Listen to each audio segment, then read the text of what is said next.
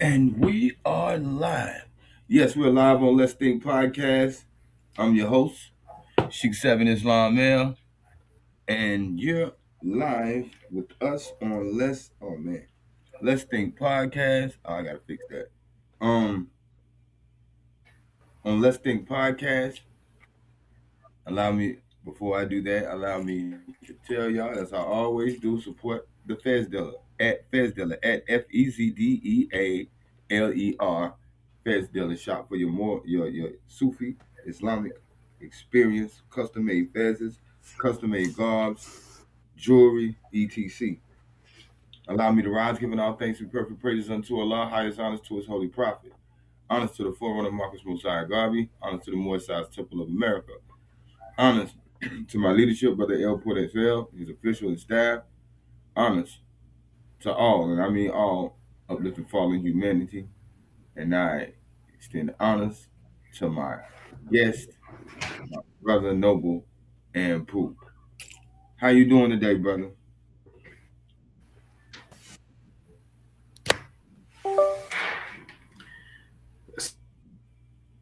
Assalamu alaikum, Sheikh. I don't know if you can hear me. You was glitching, so it may be my side. I don't know. Yeah, you But I was glitching just a little switched bit to too. a Ethernet cord. Can you hear me? Okay. Yeah, I can hear you well. I can hear you well. You can hear me well. Okay. Yeah, I just switched over to an Ethernet to come off the wireless. So hopefully, if it was on my side, inshallah, hopefully it goes smooth and whatnot. But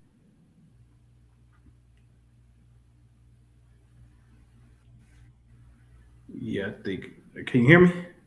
Yeah, I can hear you. It could be on my side, but my signal is strong.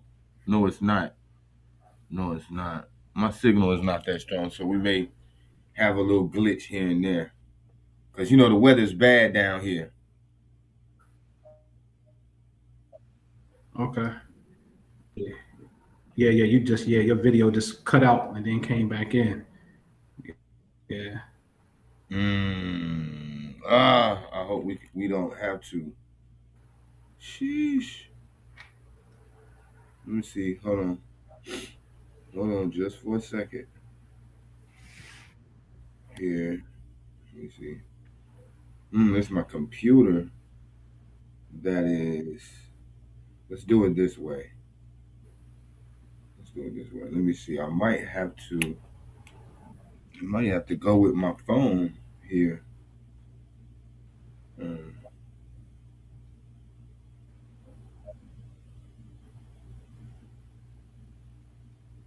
Let me see.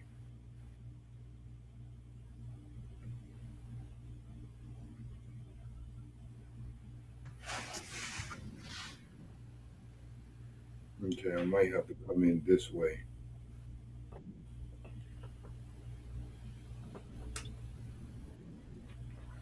It'll be probably be better this way. Let me do this. Let's see. Take this one off. Yeah, that one lag me.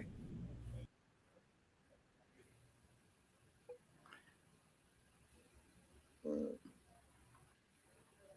me see.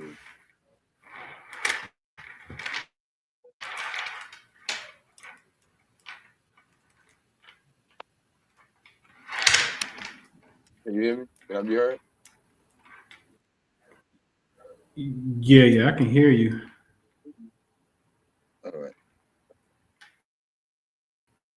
Am I? Am I? Am I? Yeah, I gotta turn my speaker off and listen from my phone. So I might have to put my. Ah, hold on. Hmm. Mm. Okay, I can be heard, right? I can be heard. I can be heard. All right. I just got to hear you. Yeah, I can hear you. I can hear you perfect. Can you hear me? I can hear you too. Okay. Yeah, I can hear you. Yeah. Let me get. I might have to go get a set of headphones. It's gonna be a challenge. Yeah, definitely gonna be a challenge, but we're gonna make it happen. Only thing I gotta do is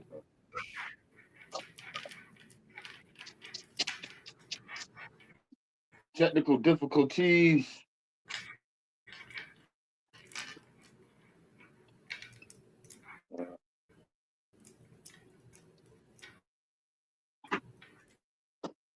Pardon me, chat. Pardon me, chat. So, all right. Inshallah, this will work for us. Um, whew, let me see. Make sure my Bluetooth is off because it seems like I need a little bit more value. Yeah. Can I say something? Okay. All right. Yeah, I can hear you. Can you hear? Yeah, I can hear you. Yes, sir. Okay. Yes, sir. Hold on.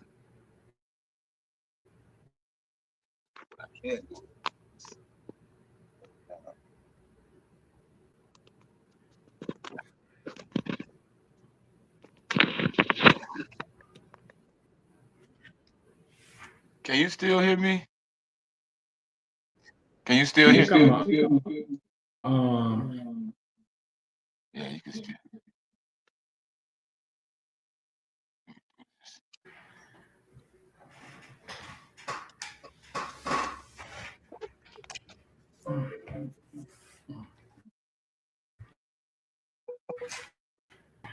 Can you hear me? yeah, I can hear you. Can you hear me? Yes, yeah. I got an echo because I think it's because I'm checked into two It's a devices little echo. I hear at the myself same time. echoing. Uh, Yeah, I'm gonna have to turn this speaker off. All right, let's go on with it, Noble. Um, I'll do my best to hear you, but hold on a second. this I'm is gonna this exit out might this be laptop and come in on the other one. So you should see me on the back side. okay. Let me delete this.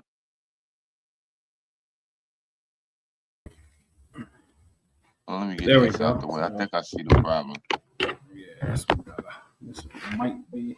Let's see if this. All right, we might be all right now. Might be all right. Still echo. That's me. I know it's me. Okay. All right. All is well, brother. You good? You good? You good? All right, brother. So our dialogue today is again, Islam to the chat. Peace, peace. Make sure y'all hit that like button. Um, please don't be shy with the like button. Smash that like button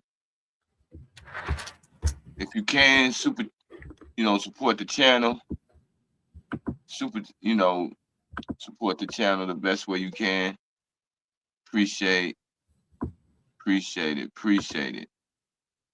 Um, Trying to get to the comments. Oh, here we go. All right, now I can see what's going on. All right, brother Anpu. Now this is a very, this in Islamic world, this subject that this topic that you'll be discussing on today is most definitely one of those topics that rub a lot of believers, a lot of submitters the wrong way because it is a sensitive topic. Yeah. Because as we know, when we begin to deal with religion, we have those who very much put all of themselves into their way of life or how they believe their system. And when they find things that they feel like is contrary to it, sometimes it tends to strike up an emotion in that Yeah. particular person. So Sunni and Salafi, are they the enemies of Islam? Ooh. So, yeah, well, first off, let me say Bismillah ar-Rahman ar-Rahim, Alhamdulillah, Rabbil Alameen. And especially, I'm always say Sallallahu Allah, Muhammad Sallallahu Allah Ali, may the peace and blessings be upon the entire family. The term Sunni, as I will show in today's presentation, is something that was purposely created during the Abbasid Empire, who were also, it's interesting because their family, the Abbasids are family to the Prophet. The head of their family is the brother of the Prophet's father. So this is like first cousin wars that's going to take place in a sense. And I'll show the family tree as well. But the term Sunni is something that was created under the Abbasids, became popular from 750 into the 800s. And they're using this term to co-opt and suppress and get people away, to get the believing community away from the supporters of the Prophet's family, and get away from the Prophet's family. And the supporters of the Prophet's family later became known as the Shia. And and so the term Sunni in itself was absolutely created over there. And Salafi is a whole nother animal that I'll wait to show y'all.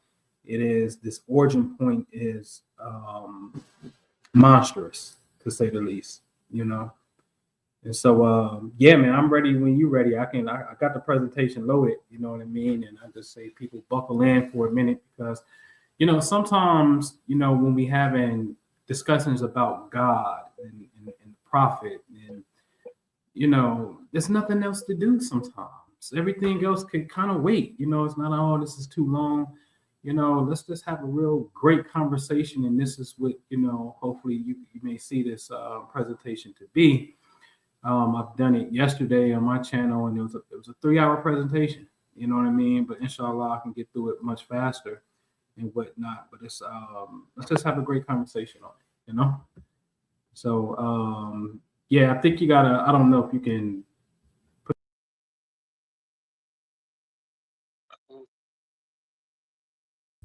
There you go. All right. Yeah, I don't know if you can put the presentation on the screen back there. Oh yes, sir. We got it right here. Pardon me, I was getting that phone right too. No, that's all right, beloved. Yes, sir. Here we go. So Here we are. All right. So Sunni and Salafi are the enemies. Are they really? It's really a question, right? So the first thing we got to do, y'all, is we got to understand the root word for Quran means to investigate and to study thoroughly. Okay. So the Quran just isn't a book. It literally means to investigate and study thoroughly. And we're dealing with the same word because at the top it says to recite or to read. And that was the first instructions given to the Prophet. So we got to understand that we are obligated as believers, not just Muslims, because I'm going to show you the difference between those two in the Quran. We are obligated to study thoroughly because that is literally the meaning of Quran. Okay, as you can see on the screen. All right. So in the Prophet's farewell speech, okay, he told us that, "O people, no prophet or apostle will come after me, and no new faith will be born. Reason well." He's telling you to use your reason. This is going to come back later, especially when we get into Wahhabism, or also what is now known as Salafi. Okay, because Salafi say you're not allowed to use reason. Okay. So the Prophet said, "Reason well, therefore, people understand the words I convey to you, and those who listen to me shall pass on my words to others, and then those to others again. And may the last ones understand my words better than those who listen to me directly." Now, this is very interesting to me because the people who walk with the Rasulullah is like, hold on. We are going to come into his words and understand them better than Ali, better than, all the companions that was there. We're going to understand it better. So this is very, very profound, because that means the Islam from old, in a sense, but the world doesn't understand it yet. Okay, so it has to be expounded upon. All right, when you just look at the statement alone. Okay, so here's a hadith that says Islam began as something strange, and it will return to being strange just as it began. So glad tidings to the strangers. And this is graded Sahih. Sahih is the highest grade you can get in hadith, which means this is supposed to be certified authentic. Okay, so he's saying Islam is going to return back to something strange. Another one says there will come a time upon the people when nothing will remain of Islam except its name, and nothing will remain of the Quran except its trace, meaning its writing. Their mosques will be grand structures, but will be empty of guidance. Now, this hadith is graded weak. Okay, so we can scratch this. We won't put this on the record since it's graded weak, right? But here's something that is graded authentic. Islam will wear out just as a color of garment wears out, until it would not be known what is fasting, what is prayer, what is sacrifice, or what is charity.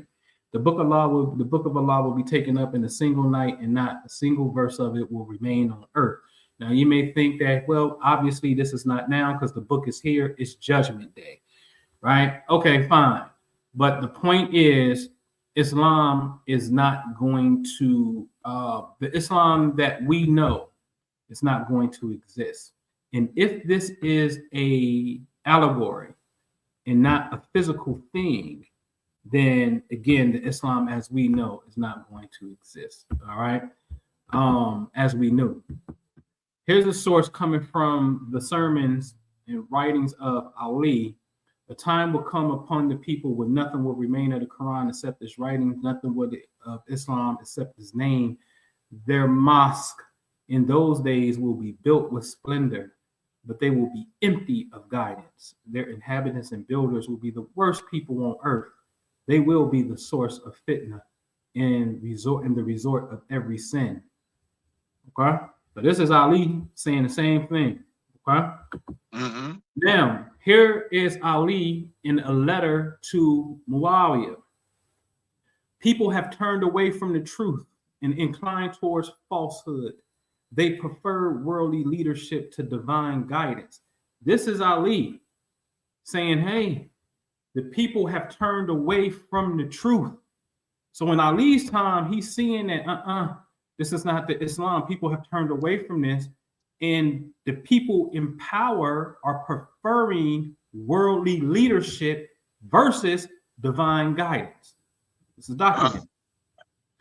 So here go Ali again. And he says, oh, people, by Allah, what they have done is not new. They have conspired against the legacy of the prophet and twisted the religion away from its axis. Now, this is alarming. This is very alarming to me, because here is Ali, someone who is highly praised amongst the prophet and the companions. It is a known fact, and we're going to see who praised him and what his accolades are. Everybody know that Ali is the most like the prophet in nature. You can go to a hadith from Salma, the prophet's wife, who says this herself, and various other companions who say this, which I'm going to show later. Ali is saying, listen, ladies and gentlemen, there is a conspiracy. And it's not nothing new. It's a conspiracy against the legacy of the prophet. And these people are twisting the religion away from their axis. This is alarming. So as a believer, we have to investigate, well, what is this conspiracy you were talking about, sir? Because there's a possibility if these other people get in power who you just said want worldly gain over divine guidance, then they may be the ones who set the rules and the schedules and the customs that we follow, thinking that we're following the right path, but we're really not. That's a possibility. So we have to investigate this claim. Okay. So the Quran says The Arabs say we believe, but tell them, say you do not believe, but say we are Muslims, and faith has not yet entered your hearts. Now, the word that they're using here, as you see in the black square to the left, is as-salamna, like as-salamu. Because salam in Muslim, in Islam, all of those are the same root words. This is why in red, when it's as-salamu, it means what? They have accepted Islam. So who are the people who submit and accept Islam? What's their name? Muslims. So right here in the Quran, there's a group of people that's saying, we believe. But the prophet was told, no, check them and tell them you do not believe. Say you are a Muslim, say you are a submitter, because faith has not yet entered your heart. And this is the difference between a Muslim and a believer. So to be a believer, you have to be you're on a higher tier than a Muslim. That's clear right here in this verse. Okay? All right. So now we come to another verse in the Quran where it says, and when it is said to them, do not spread corruption in the earth, they say, we are only reformers. Beware, indeed, they themselves are the ones who spread corruption, but they do not realize it. Now let's look at the word reformer. Reformer is circled in green. Its root word is sad lam hat salah, and it means repair, rectify, to make right, restore. And I said, well, that's really synonymous with salam, which means peace. So let's read about this.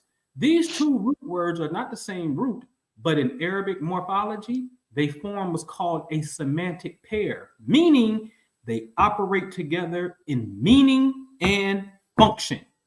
So this is why when you go to, when you come and you look at the word, how it's used, look at verse 2, chapter 2, 224. It means make peace. So make peace is exactly what salam means. Salam means peace. Assalamu alaikum. So what this verse is really saying, and when it is said to them, do not spread corruption in the earth, they say, we are only Muslims, because they're the same word, semantically speaking. Okay? So the Quran is tipping us off that there's a group of Muslims who are hypocrites. Obviously, it's a whole chapter called hypocrites. You know what I'm saying? So it's a group of Muslims called hypocrites. Okay? All right. Let me see where I'm at here. All right. All right. So here's one of my favorite verses, because it says, the day that their face will be turned upside down in the fire, they will say, woe to us. Would that we had obeyed. We wish we had obeyed Allah and obeyed the messenger. And they will say, our Lord, we obeyed our chiefs and our great ones, and they misled us as to the right path. And I said, this is interesting, because this group of people, they snitching, and they saying, hey, our face about to get burnt, we about to get punished, but we want to let you know, hey man, we follow our chiefs and we follow these great men, and they the one that misled us. You're still getting that face burnt. See, that's very interesting here, because this to show us that you have an obligation to investigate that which the leaders give to you. Okay? So that's one. And two is who stopped following the Rasul, who stopped following Allah and the Rasulullah. So this is a group of people who stopped following Allah and the messenger and followed these people, but thought they was doing the right thing. I'm going to show you, remember this, bookmark this. Here's a group of people saying, Allah, we know we about to get burnt up, but man, we was following these chiefs and these great leaders. Okay. I always like to say great means kabir, and kabir also means arrogant. They was following these arrogant people. Okay. Here's another scripture that says, let them bear on the day of judgment their own burdens in full, and also something of the burdens of those without knowledge, whom they misled. Alas, how grievous the burdens they will bear. The word for bearing means to help each other, also means to commit a sin. My point here is, ladies and gentlemen, just because we got misled, that does not mean that we are let off the hook. Ignorance of the law is of no excuse. We are absolutely not off the hook. I'm going to show you a ruling in Sharia how to define a certain state of ignorance. You're responsible because you have knowledge, you have a working will, you have means and access to get information. Especially when information is presented to you, it is absolutely your responsibility to investigate the things that I am showing you and other people show you to get to the truth. You will be held accountable. So sin in this burden, it represents help each other, which means both of you. This is why they snitched on them earlier. A lot, they let us get them too. Now it's both of you. You're in trouble. Okay. All right. So here is a book that talks about the prophet's family and how you should treat his family. Okay. And they say, at the same time, the believer is urged to dissociate him or herself from the imam's adversaries, the enemies of the prophet's family, by practicing bara, which is known as a sacred dissociation. This is because in the world dominated by war and its privations, the sacred alliance with the initiating guide and with the knowledge that he provides can only be complete when this alliance is combined with sacred disassociation from those whose only aim is to destroy true knowledge and its light bearers. This perspective does not allow, this is key, this perspective does not allow for a neutral position. Willingly or unwillingly, knowingly or unknowingly, every human being takes part in this war. Either he or she voluntarily supports the forces of knowledge, or he or she serves those of ignorance, either voluntarily or mistaking ignorance for knowledge, or involuntarily by remaining indifferent, here's the last bomb, or pretending to be neutral. There is no neutral in the war between good and evil. You're always on the side, always. And I wish I was editing, but I got caught up. But go read Ephesians 6:12, but you need to go to an interlinear Bible to read when they talk about we fighting against evil and principalities in high places. No, it says we're fighting against evil cosmic powers, is what it says. Okay? So it's a war in the heavens, and we're always on the side. Always, even when we think we're neutral. All right. All right. So now here is a scripture from the Quran that says, "Oh, you have believed, do not take the disbelievers as allies," which is the wali, instead of believers. Do you wish to give Allah against yourself a clear case? So it's telling us that if you're a believer, then you cannot take the disbelievers as allies. That's a no-no. Okay. All right. So the question is, did we follow the instructions of the prophet? That's really the question. So here's Hadith al-Qisa, because we got to get some clarity around here. And here is the thing, the text. The prophet went out in one morning wearing a striped cloak of black camel hair. Then Hassan, son of Ali, came and he took him under it. Then Hussein came and he took him under it. Then Fatima came, he took her under it. Then Ali came and he took him under it. Then he recited, Allah only intends to remove from you the impurity, O people of the house, and to purify you with purification. It continues to read the prayer. All five under the cloak. The prophet raises his hand and says, "Oh Allah, these are my household. They are my distinguished ones and my supporters. Their flesh is my flesh, their blood is my blood. Therefore, bestow your blessings and your mercy and forgiveness upon them." Then they say Gabriel's entry. In this version, the angel Gabriel asks Allah for permission to join them under the cloak, making him the sixth under the garment. Okay. Now let's read this hadith. "Indeed, I am leaving behind two weighty things. The book of Allah and the people of my household." I am going to say every time you see the word al-abat or al-bayt, All right, I'm going to say the family of the prophet because that's what it is. If you hold fast to both of them, you would never go astray after me. So it's been established through Sunni hadith that, hey, the prophet said this is his family right here. Ali, Fatima, Hussein, Hassan. This is my family. Then he says, listen, I know I'm about to get up out of here and die.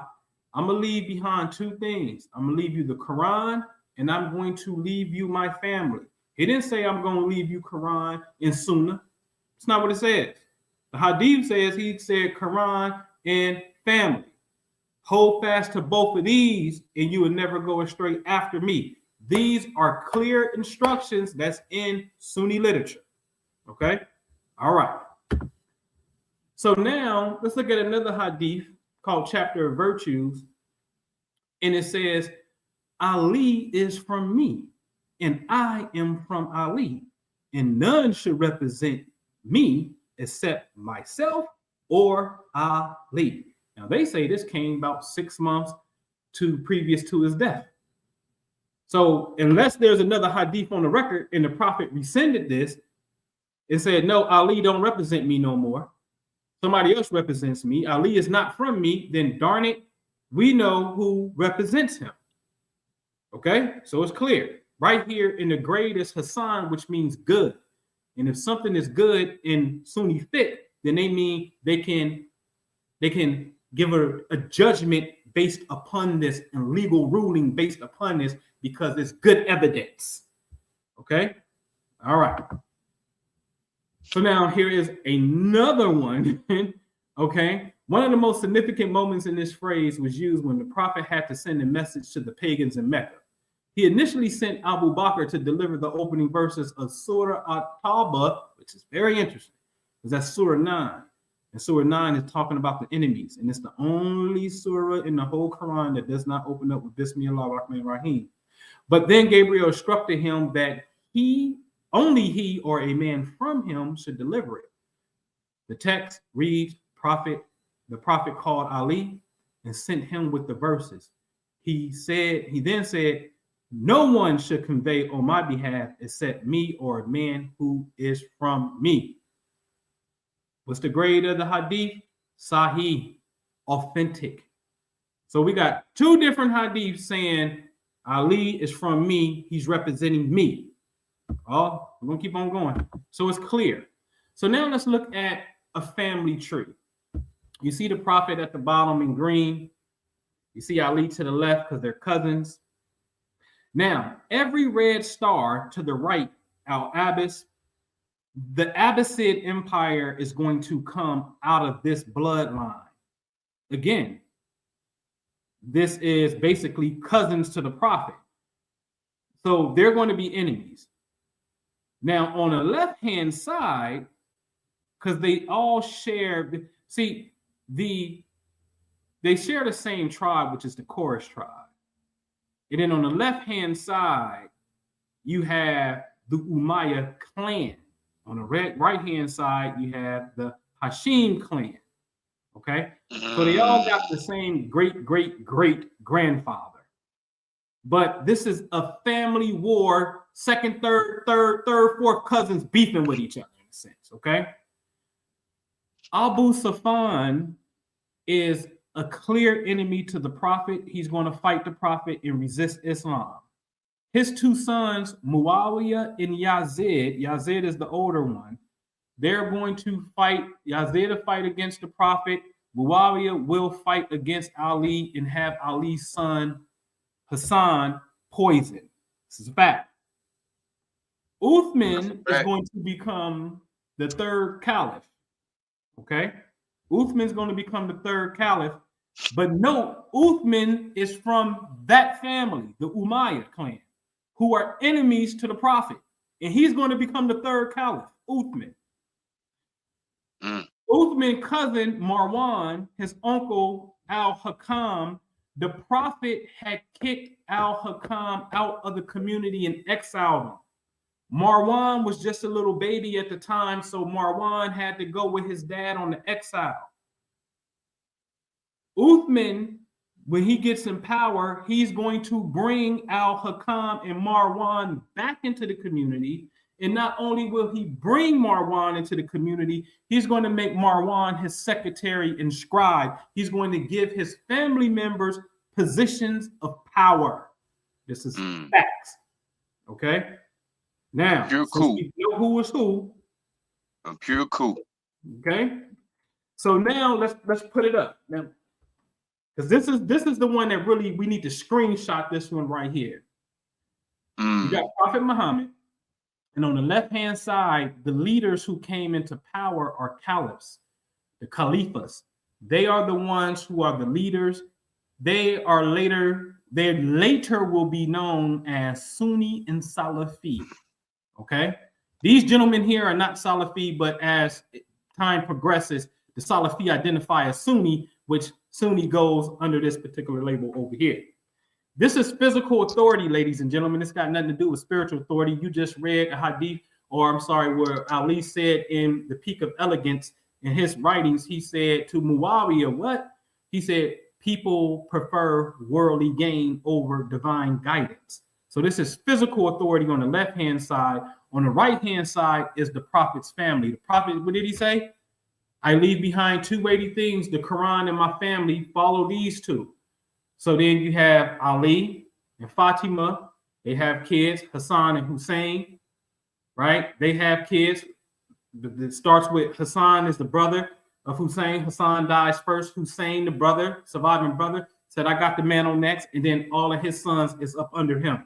Okay, number 4 all the way to 12. It becomes son, father, son. It becomes that kind of relationship. Did that come from the Najib Balaga? Say it again. Did that come from the Najib Balaga? Yes, sir. The Peak of Elegance. Yep. Yes, sir. And so Abu Bakr, we know they say is a rightfully guided caliph.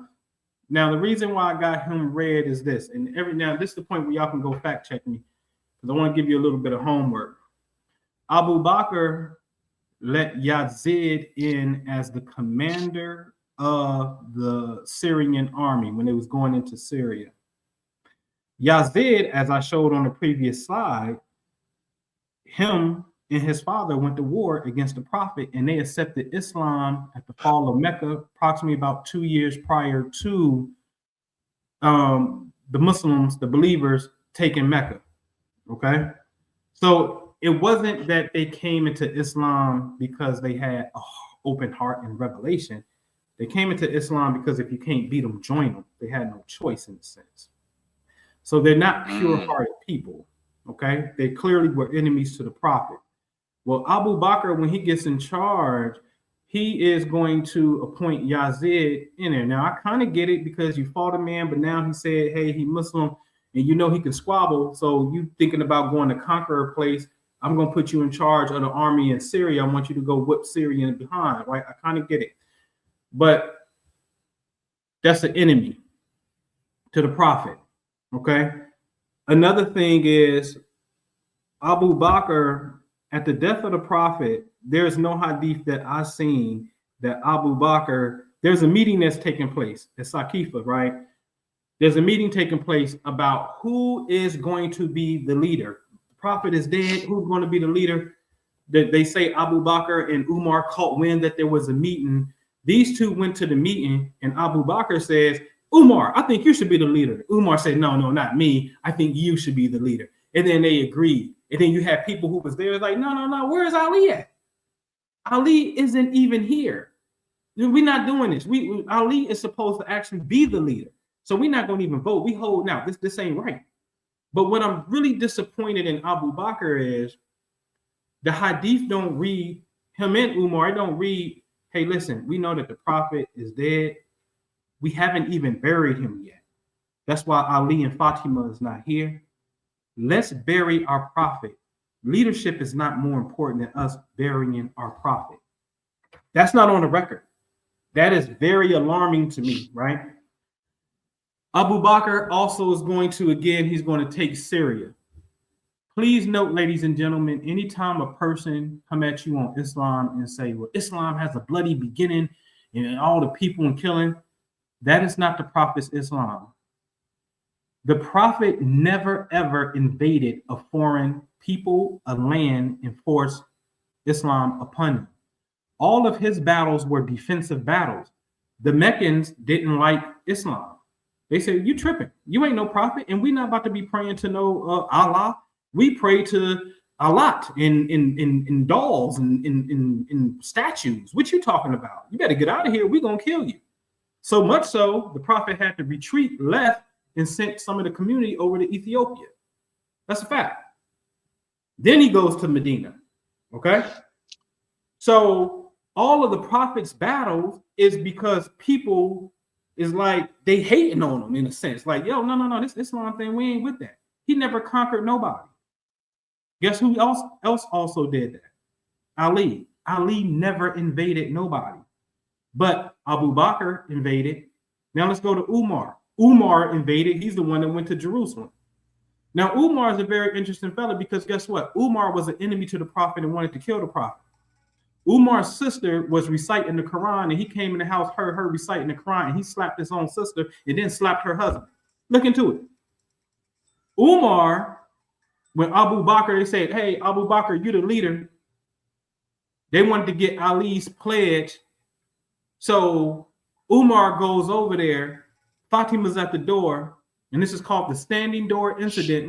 Look into this. Umar's threatening to burn the house down if they don't come out and give their support to Abu Bakr. He pushes the door, wedges the door wedges Fatima, and she's pregnant, and she ends up having a miscarriage behind this. So Umar unintentionally, accidentally committed, let's call it involuntary manslaughter on the Prophet's unborn grandchild. This is Umar. On the Prophet's deathbed, you can look into this. It's called the pen and paper hadith. Look into it. The Prophet asks for pen and paper because he's about to write down some divine instructions. This is the Prophet asking for a pen and paper. You know what Umar said? Do not give him a pen and paper. He's kind of out of his mind. We have the Quran, and that's all we need. The wives of the Prophet, not wife, the wives of the Prophet is upset. Get our husband, get the Prophet piece of paper. Umar's no, and Umar is arguing in my head in the hospital bed, but this ain't the hospital. Arguing in the hospital bed just for the dramatic effect of it. Arguing in the hospital room with the wives of the Prophet. How disrespectful can you be? I got more on Umar as well, but I'll let it be right there and let you check those facts. Umar's also coincidentally is going to be the one to change the to create the calendar. We'll get into that later. Now, Uthman comes in, and I showed you that Uthman was from the other side, family-wise. Uthman's going to create a navy, and they're going to invade people. Okay? Again, he's going to bring people who the Prophet exiled and bring them in and then give them positions of power. And this became such what's called nepotism. When you do that, this became so obvious and flagrant that the Muslims of Egypt, they went and they killed Uthman. This is a fact. Now, Uthman only became the caliph because at the death, when Umar knew he was dying, he put together a council on how to select the next caliph. And he made a gentleman by the name of Abd Rahman sort of like the president of the council. And the criteria to be the caliph came between Uthman and Ali. And Abd Rahman said, listen, you got to do these three things. Follow the Quran, follow the way of the Prophet, and follow your two predecessors. Ali said, listen, I'll follow the Quran and the way of the Prophet, but I'll make my own decisions. I'm not following Abu Bakr and Umar. I can show you a hadith when Umar was talking to Ali, and he said, and this is Umar. Umar said, you called Abu Bakr a liar, and you saw me as a liar. So there was Umar's admitting that Ali don't rock with these dudes like this. Okay. So Ali saying, no, I'm not following those two. Uthman said, I'll do it. I'll follow those two in the Prophet and the Quran. And so he became the third caliph. And soon as he got in power, he reversed the decisions that the Prophet made and brought these people in power. Like, that is crazy to me, right? I'm not saying you can't think for yourself, because I'm an advocate of reason. But he reversed decisions and brought these people back into the community and put them in positions of power. Not only that, I'll show you, because one of the people he brought back in was Marwan. Look at number 8. Coincidence, Marwan, I might as well just do it now. Marwan is going to call for the death of Hussein, which is the son of Ali, his youngest son at the time, between him and Hassan, his youngest son, and they're going to behead Hussein, and they're going to cut his head off. This is who Uthman, because he's family members with him, Uthman brought Marwan back into the community. And then eventually Marwan, because they enemies of the prophets in the prophet's family, Marwan is going to call for the death of Hussein, and they eventually cut Hussein's head off. And Hussein is holding his son as a baby, and he said, let me get him some water when the enemy surrounded him. And the enemy took an arrow and shot the baby in the throat. That's what's on the record. So Uthman is a traitor. He ain't no righteous caliph. I'm just got to call it for what it is. That's not what's righteous about that. To say that, oh, he's the Rashidun, a part of the 4 righteous. What's righteous about that? Ain't nothing righteous about that when you get into this history. Okay? So then we know after Uthman's death, then Ali, they like, Ali, come on, man, you got to do this. You were supposed to be the leader anyway. Ali's like, all right, cool, I'll be the leader. I'll do it. So now after the death of Ali, well, before the death of Ali, a lot of people don't know this. Guess who decided to fight Ali? Muawiyah and Aisha, the wife of the Prophet, daughter of Abu Bakr. She literally created the war known as the Battle of the Camel. You know what Ali did? Ali, when he saw it was her on a camel, even though they chopped the camel's legs off, he provided an escort to escort her back to Medina after this woman brought thousands of soldiers to kill him. He said, this is the mother of the believers. This is how noble this gentleman is. That's why they say he's like the prophet, because I couldn't have did it. I couldn't have did it. I know I couldn't have did it, right? So Muawiyah comes in, and now this is the entry. The reason why they start in black, because after the death of Ali, Muawiyah comes in, and now the Umayyad Caliphate, or what's known as the Umayyad Empire, which is the empire that's also responsible for what? Moorish Spain. Got to give it to them, right? So it's some bitter and some sweet inside of this stuff, okay? So this is Muawiyah and the Umayyads. So then Muawiyah also institutes something known as the public cursing of Ali. Every Juma, every Friday, you will curse Ali. And this took place for 61 years. Every Friday, cursing Ali. You can look into this. So when Muawiyah died, Yazid comes in. He names his son Yazid after his brother that Abu Bakr brought in. So Yazid comes in. Yazid is going to apply pressure and fight against Hussein, who Marwan fought against and who was ultimately beheaded. You're going to have another son, Muawiyah II, in light blue. He doesn't have the same sentiments. That's not in his consciousness. Note, since he wasn't a killer and he didn't go against the Prophet's family, his reign is only for a year and he dies. I wondered if he died mysteriously and they killed him because he wasn't about that smoke. That wasn't in his moral character. Now, when we get to number 9, Abd al-Malik ibn Marwan, This is a very interesting fella. He's going to put pressure on Imam number 4. Okay, Ali, son of Hussein. Okay, now he's going to imprison a lot of the supporters of the Prophet's family, and I'm going to show you in the next slide who he's going to bring in power. Al-Walid, number 10, he's going to imprison a lot of the Shia. It wasn't Shia then, they were simply following the instructions of the Prophet. In number 11 and number 12, the reason why they're in purple, because number 11 is going to release Suleiman ibn Ab Malik. He's going to release a lot of the supporters out of prison. So he ain't really about that smoke like that either per se, but he's going to let a lot of them out. And it's going to be Umar II who is going to stop the public cursing of Ali. This is why they're in purple.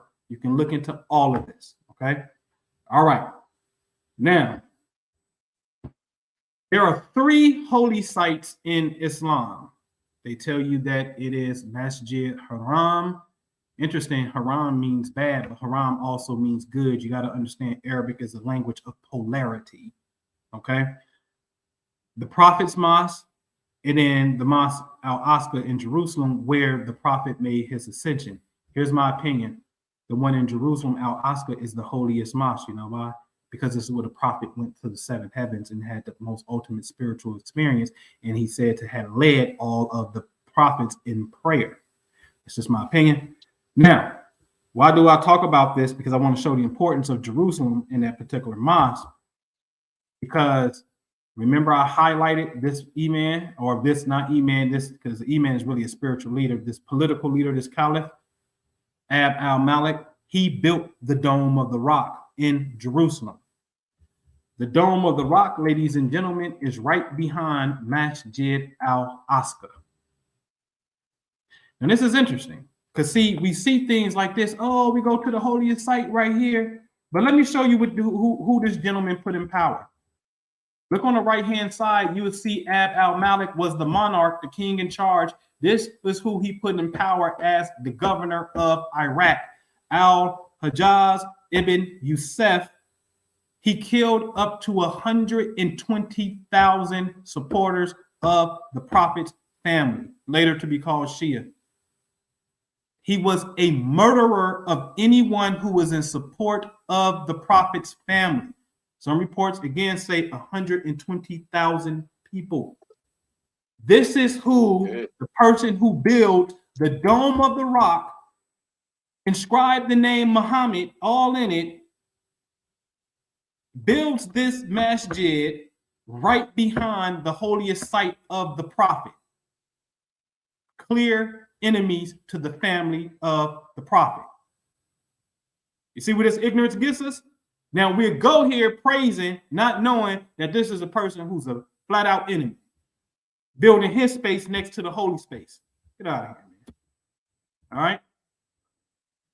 So now the Umayyads is going to come out of power in 750. Note, from 661 to 750, they almost had 100-year reign, suppressing, house arresting, flat out poisoning. Listen, let me go back. So if I take you back to this right here, Hassan is poisoned. Hussein's head is cut off. Some say Ali ibn Hussein Zayn, number 4, some say he was poisoned, some say he wasn't. But I tell you what, everybody else, poison. They up out of here. Real story.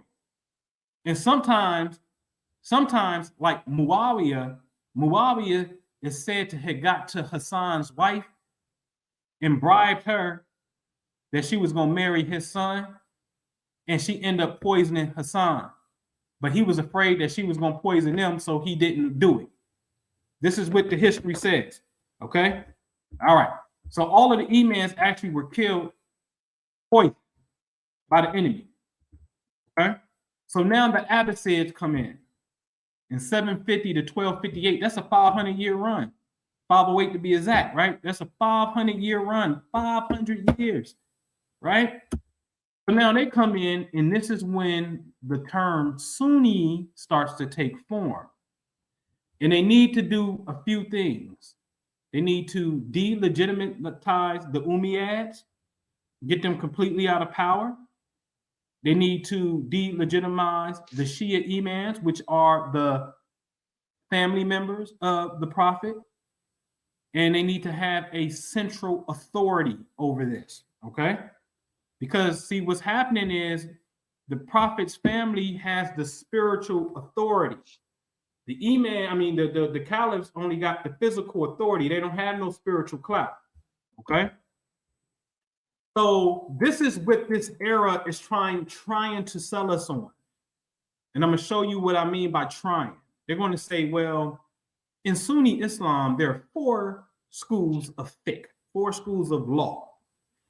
The first school is Abu Hanifa, yes, or Hanafi, right? He lived under the Abbasids, but they initially persecuted him. And I'm going to show you why. His school later becomes state law. That's interesting in itself. Why would you persecute him and then let his school become state law? That's funny. When we go to Imam Maliki, which is the fiqh that's responsible, or the head, that's the fiqh that's in Moorish Spain, they say he emphasized the Medinian practice, opposed rebellion, and supported stability. Okay. Now, when we get to Imam al-Shafi, they say that he's the one that really systematized the Sunnah Hadith authority in the legal methodology. And they say without Shafi, Sunniism has no unified legal theory. And then number 4, Ahmed ibn Hanbal is a defender of Hadith literalism, opposed rational theology, so they say. So you're not supposed to think, and no, we oppose that. This is what it say, this is what it is. There's nothing allegorical about nothing. And he becomes the symbol of Sunni piety. They want to sell us that these 4 law schools of Sunni law is really how Sunni became a term. Now let's look at Abu Hanifa. He's in, right? He is imprisoned and beaten. Look at the reason. Alid sympathy. What is Alid? That simply means supporters of Ali. So they say, listen, we're going to beat you and put you in prison because you, sir, are showing too much sympathy and connection to the Prophet's family. And you refuse to be a judge for us. That's interesting. He refuses to be a judge, but then y'all going to say that this became the state law of how you deal with religion, but he refused to be a judge. So they imprisoned him and they beat him. Imam Malik, they flogged him. Flog is like taking a whip. That's the equivalent to being whipped as a slave and hitting him on the back. I'm going to get in the next line. I'm going to show you why they did that. Imam Shafi, they arrested him, chained this man. And what did they say? You too, sir, you have Ali sympathies. We ain't feeling that. You rocking with the Prophet's family. We're arresting you and chaining you up. The last one, Ahmed ibn Hanbal, imprisoned and flogged. He's beat too. Okay? And he rejects the doctrine. They try to make him say the Quran was created. Say the Quran was created. Nope, I'm not saying that. Say the Quran is created. No, pop, we beating you. This is on the record. Now, what's going on with Imam Malik? The issue was there was a coerced oath of allegiance to the Khalifa. So the Abbasid Khalifa is saying, everybody, give me your allegiance because I'm your leader. So they went to Imam Malik, because he's a scholar. All of these gentlemen are scholars. They're not Sunnis. They're scholars. So the people went to Imam Malik like, man, what, should we do this? And he said, any contract or oath made under duress is legally void. Ain't this what the Moors? Ain't this what we know in Moorish science? I was under duress. You can't say that. Here's a real game. See, when you really understand the court of law and the judge is asking you, did anyone force you to do anything? He's getting your permission to proceed because you said you was not under duress and you have on your own free will and conscience know what's going on. No, so I'm coerced. No, I mean, I got threat. So now the contract is that whatever you're doing, that contract with them, that plea bar can't be accepted because you was under duress. So Maliki is saying, listen, he can't force you to be aligned with him and you have an allegiance with him because anything under force is no good. So this invalidated the caliph's hold over his subjects. So what did they say? We're going to torture you. They tortured the man. It's what they did. But he refused to retract his opinion. Now, guess what? Let's get into this. Two things. The first thing at the very top is the scholarly consensus acknowledged by historians of both traditions, meaning the Shia and the Sunni. Imam Hanifa, the first school, and Malik, the second school, they were taught by Imam Jafar al-Sadiq, the sixth Imam. This is like what?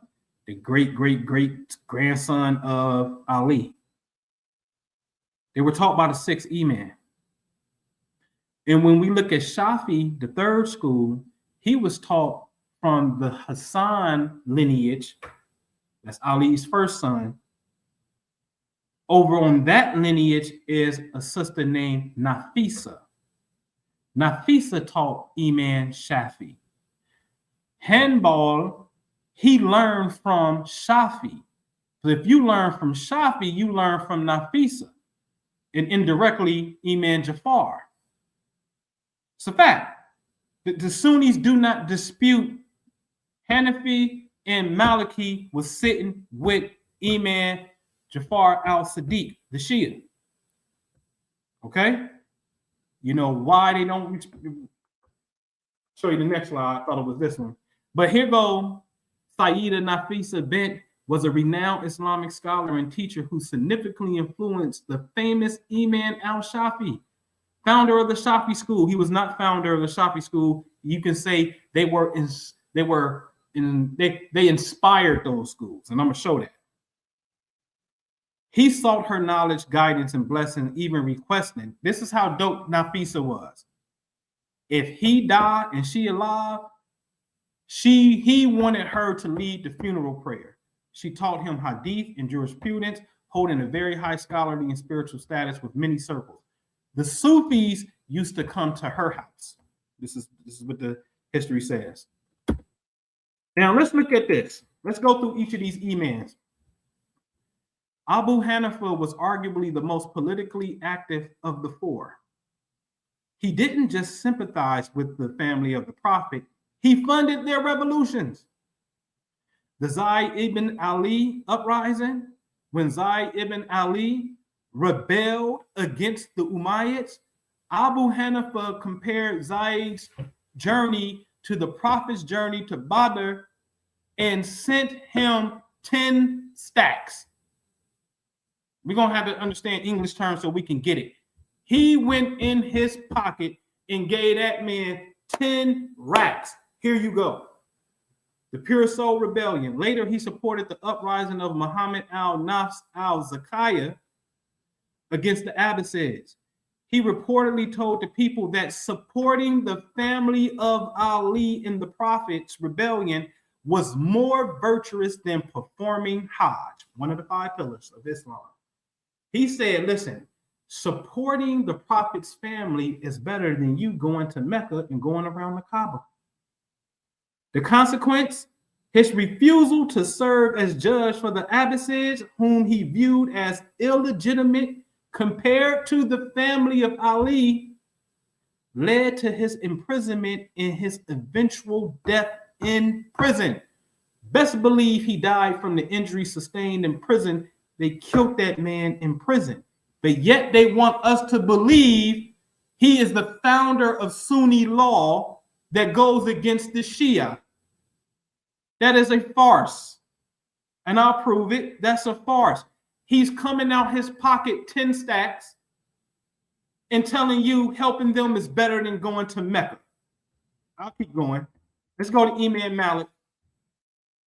When Muhammad al-Nafs Zakiyah rose up in Medina, the people asked Malik if they were bound to the oath to the Abbasid Caliph.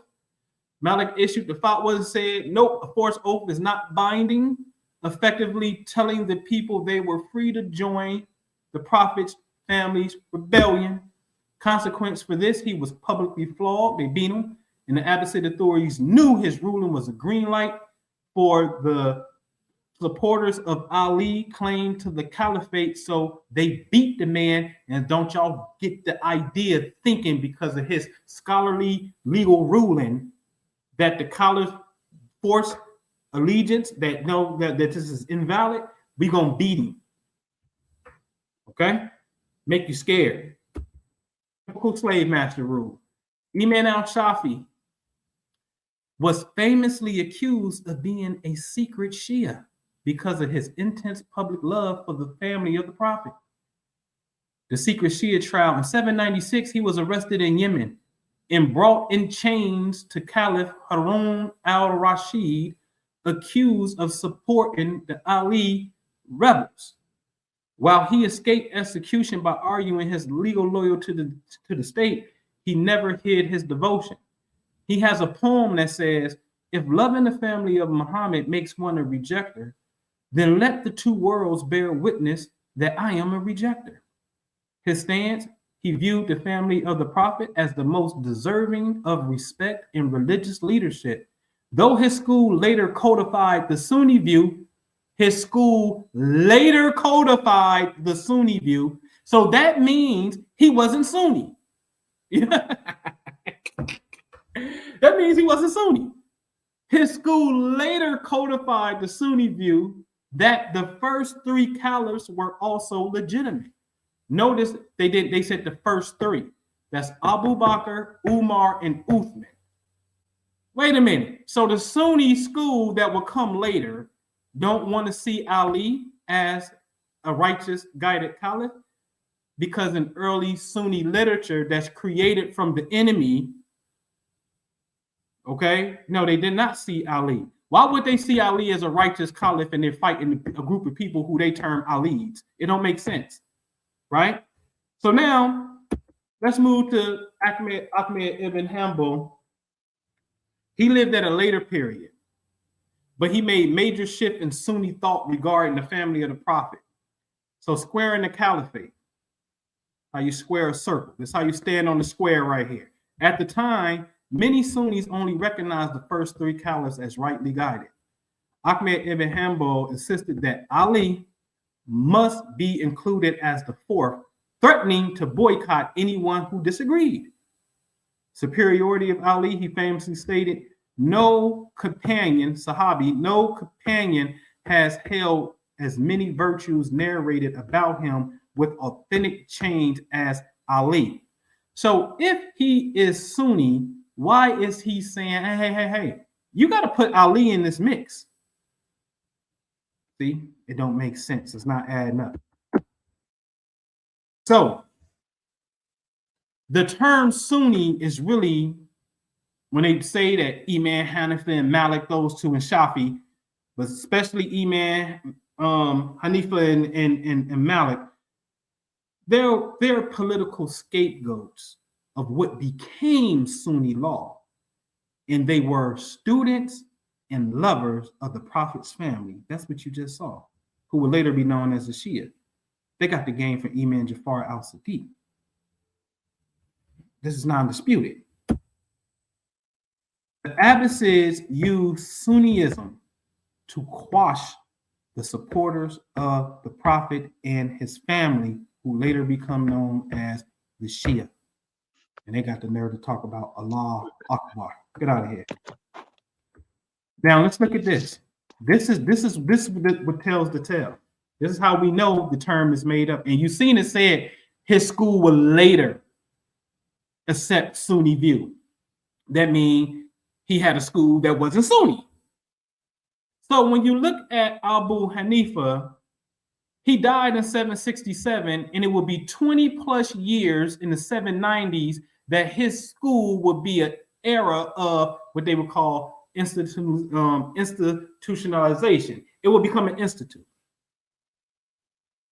Malik, 20 plus years after his death, his school will be in Moorish Spain in North Africa. Shafi is 80 plus years after his death that his school will be over the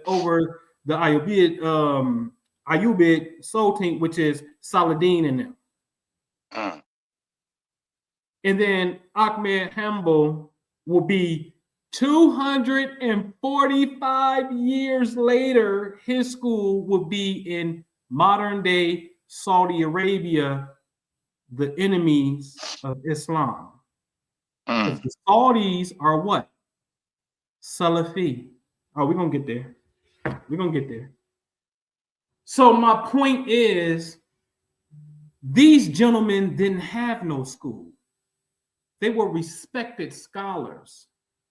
The Abbasids knew they were respected scholars because they wanted Hanifa to be a judge. They knew they was respected scholars. So they imprisoned them. They did all kinds of things to them. So now you got to ask a logical question from your enemy. Are you smart enough, because you already imprisoned them, and you already know that they have ties to support Ali's family? That's why you imprison them. Are you clever enough to create a term called Sunni and have your people who you got influence over say that I'm from Maliki school, I'm from Hanafi school, and now y'all architect this thing called Sunni Islam after these scholars were dead? Are you that clever enough to do that in the art of war?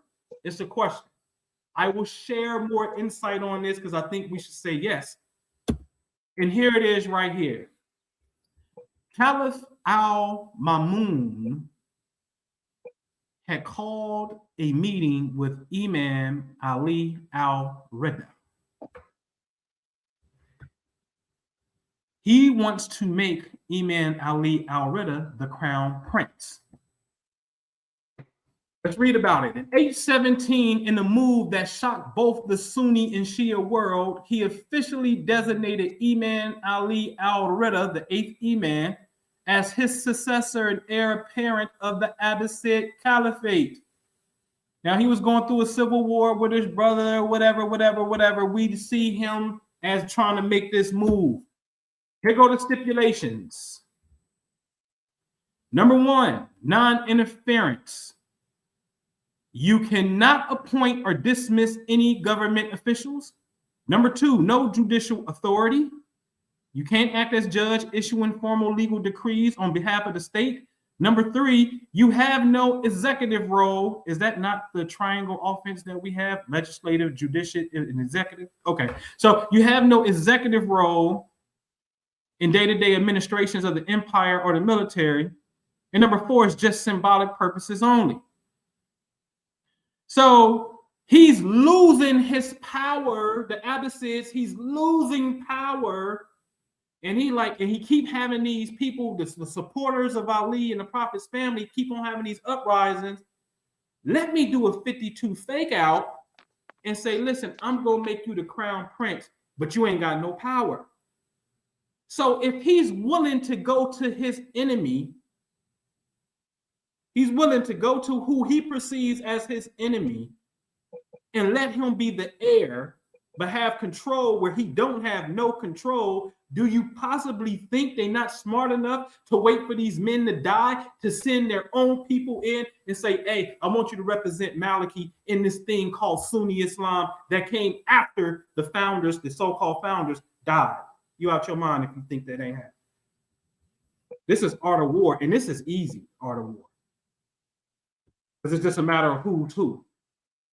So let me show you how the art of war worked that nobody really talks about to shift the narrative, to shift the energy of what was going on the Prophet's family side.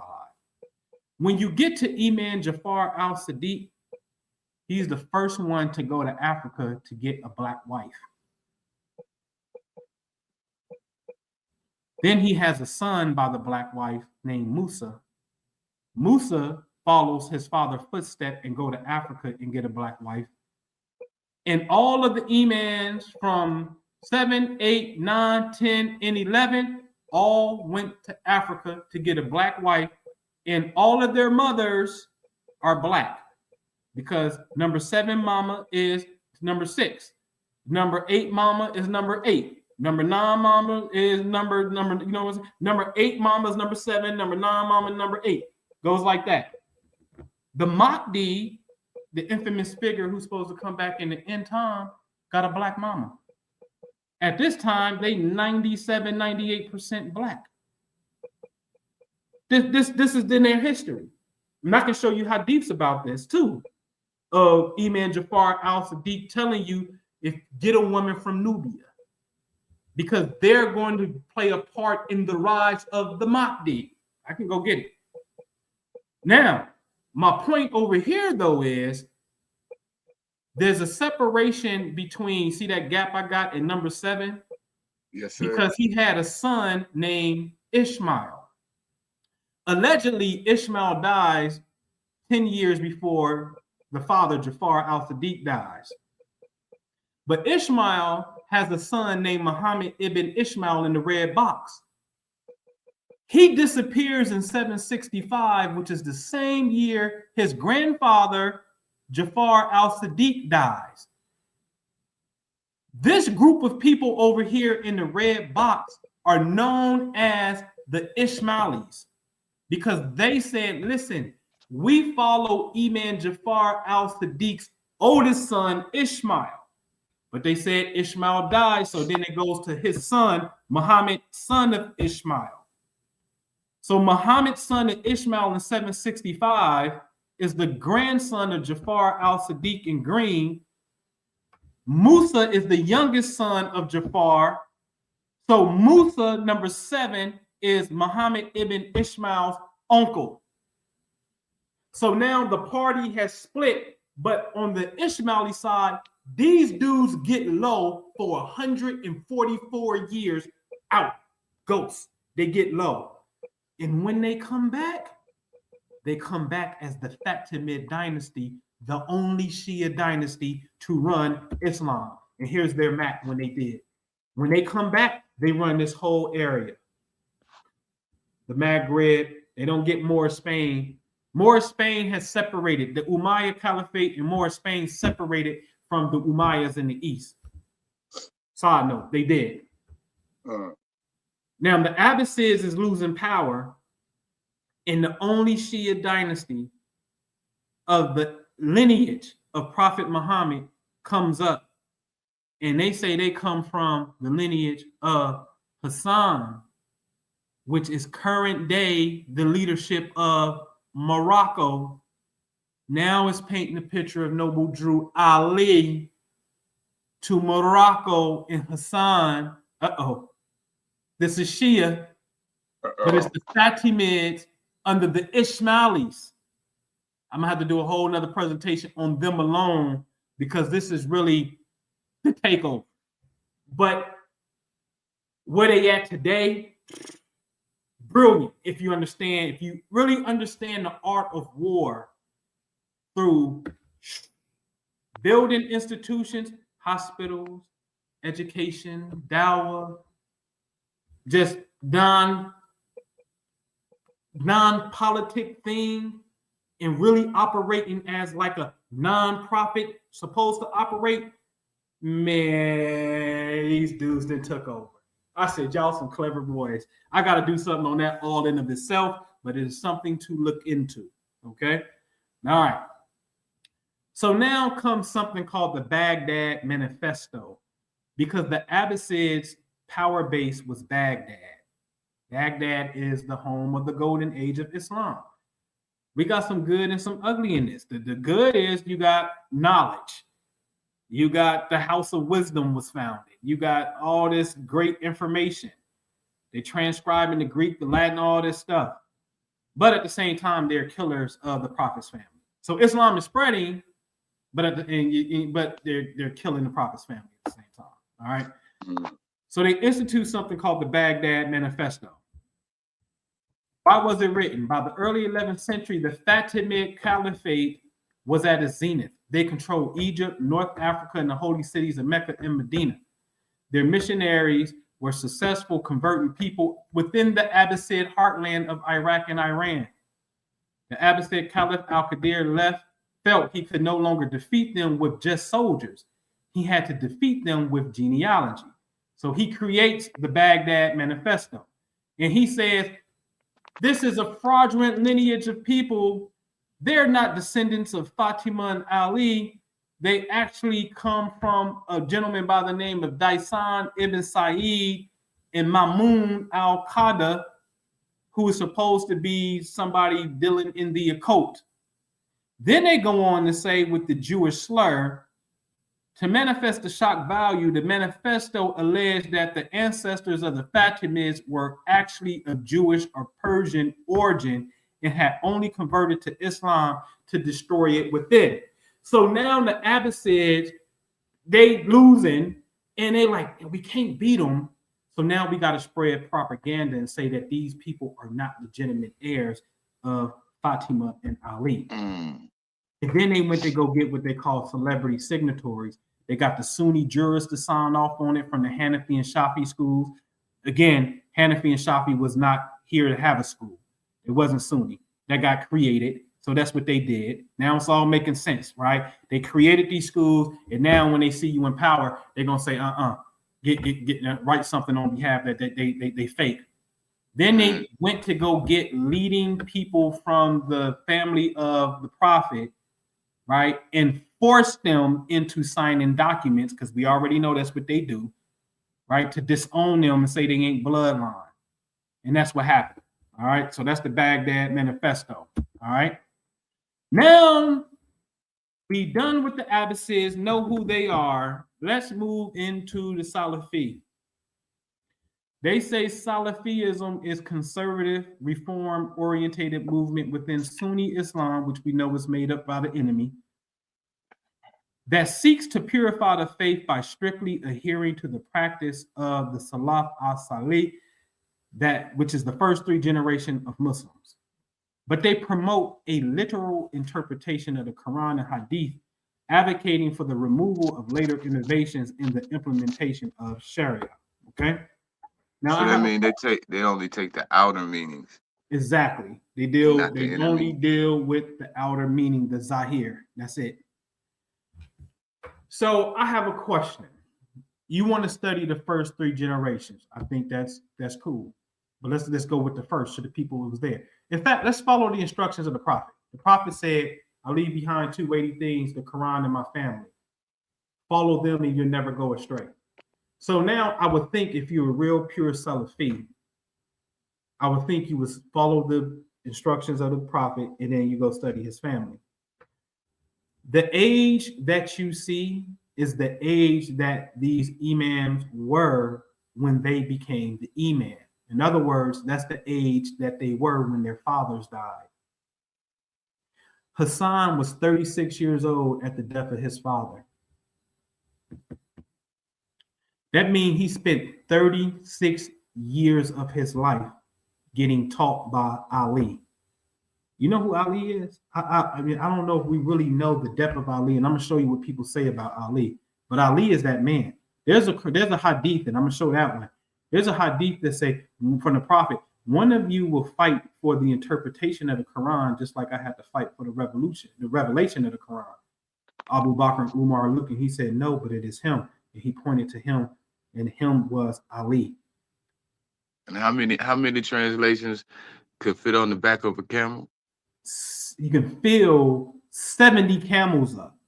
Now, when I did the math on a quick Google search, they say a camel can approximately hold 500 books.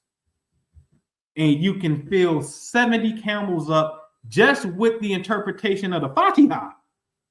Just one chapter. Not the Quran in entirety. Just one chapter. Okay? So Ali is that dude. So Hassan spent 36 years. Hussein 44 years when he became caliph. And anyway, you see the age, and the reason why I have, I'm gonna give you an average. The average from Hassan to Imam Jafar al-Sadiq is 33 years old that they spent with their fathers getting firsthand spiritual gain. I mean, they getting gain 30-something years. That's what y'all do. You understand what I'm saying? Now, when we get to the bottom half, the age, because they start, the father is dying when the son is 7 and 8 and 5. You know what I mean? And so the numbers get smaller and it average 15. But if we average both of them, this is going to be 21 years. These people spent 21 years, in some cases 30 years, with their fathers getting firsthand information. This is the Prophet family. why wouldn't you study these people if you study in the first 3 generations of believers? It's just a question. That don't make no sense to me. Yeah, that's a good question, though.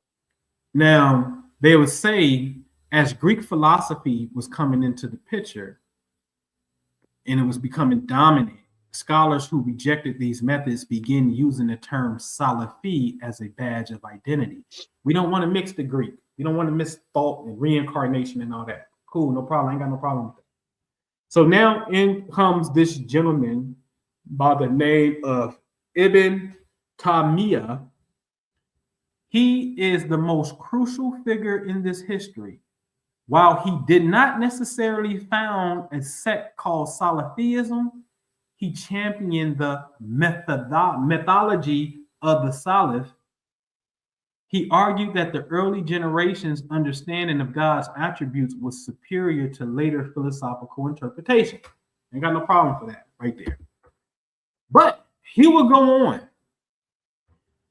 As it says, wrote during a time of sectarian violence, the Mongol area, and framed the Shia, especially the Twelvers, as theological and a political threat.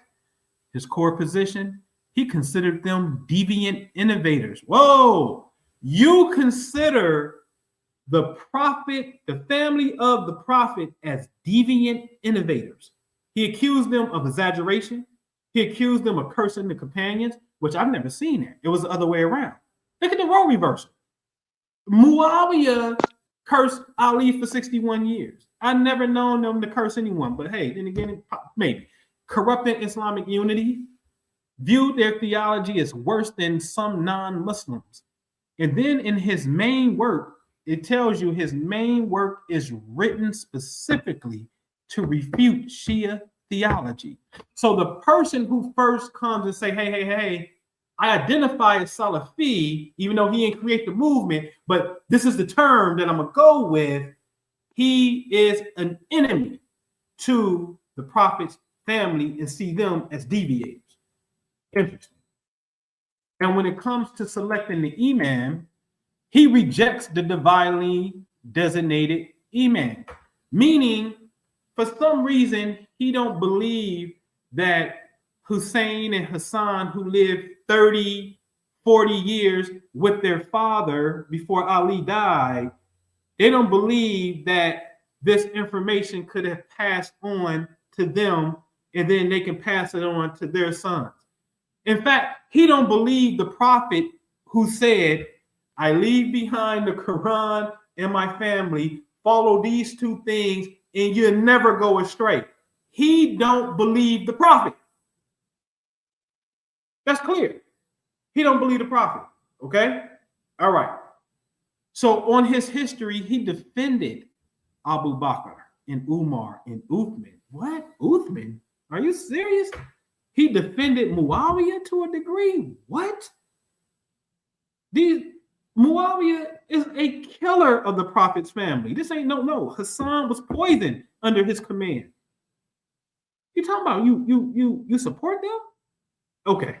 Look at the very bottom in red. His writings became foundational for Salafi/Wahhabi anti-Shiism. So again, he doesn't start an organization or the creed. He's the first to use the term, but nothing comes out of it. But later, somebody's going to come along, Wahhabi is going to come along and say, yeah, I identify with this, and this is what we're rocking with. Let's get there. Here it is right here. This is the group most people mean today. In the mid-20th century, now we all the way up to the 20th century, the followers of Muhammad ibn al-Wahhab, known as the Wahhabis, began to prefer the term Salafi. Wahhabism generally prioritizes a strict, literal interpretation of the Quran and Sunnah over the use, dig this, over the use of human reason, rationalism, or philosophical interpretation. It is characterized as a traditionalist authority theology that rejects rationalist approach to Islamic law, often viewing them as deviations or innovations. Now, I can't act like I can't see a concern in that. You don't know metaphysics and you say it's that, and people can certainly get off track. I totally understand that. Okay? So he rejects the independent reasoning. While some interpretations of Salafism emphasize independent legal reasoning, Wahhabism is often described as restricting this, favoring a strict, often literist, and sometimes rigid adherence to the Quran and Sunnah. The rejection of philosophy. Scholars note that the followers of Muhammad ibn al-Wahhab have declared those who use opinion or reason in legal interpretation as apostates, explicitly rejecting the application of Greek philosophy or human reasoning in theology. So the Wahhabism, also known as the Salafis today, in their origin, they saying you are not allowed to use reason, ladies and gentlemen. You want to know what the Holy Quran says about that? Chapter 2, verse 73. So we said, strike him with part of it. Thus does Allah bring the dead to life, and he shows you his signs that you might what? Reason. Look what's highlighted for the word in Arabic. What does reason mean? Use your intellect. This is in the Quran. This is in Quran. You are to use your intellect. Allah shows you signs so you can use your intellect. Okay? All right. What did the prophet say in his farewell speech? Reason well. Use your intellect.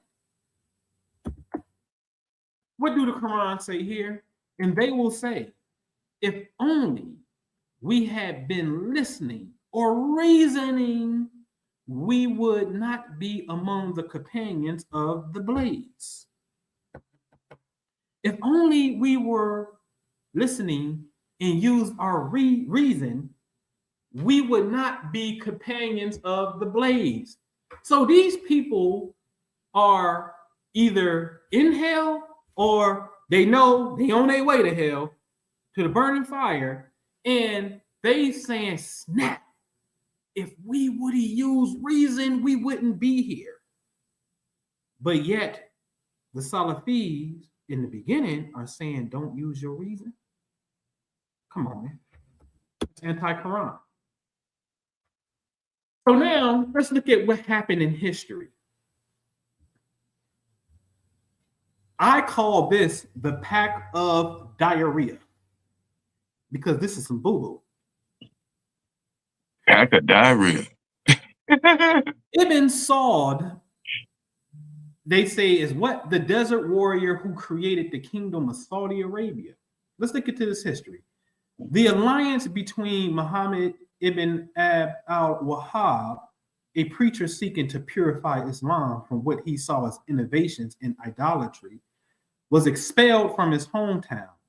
He sought refuge in diarrhea, ruled by Muhammad ibn Saud. Here's the agreement. The two men struck a famous agreement. Ibn Saud will provide the military might and the political protection, while Ibn al-Wahhab will provide the religious legitimacy for Ibn Saud's expansion. The goal? To unite the Arabian Peninsula under strict interpretation of Tawhid. The legacy? The pact created the first Saudi state. To this day, the descendants of the preacher usually control religious institutions in Saudi Arabia, while the descendants of the ruler, al-Saud, control the political ones.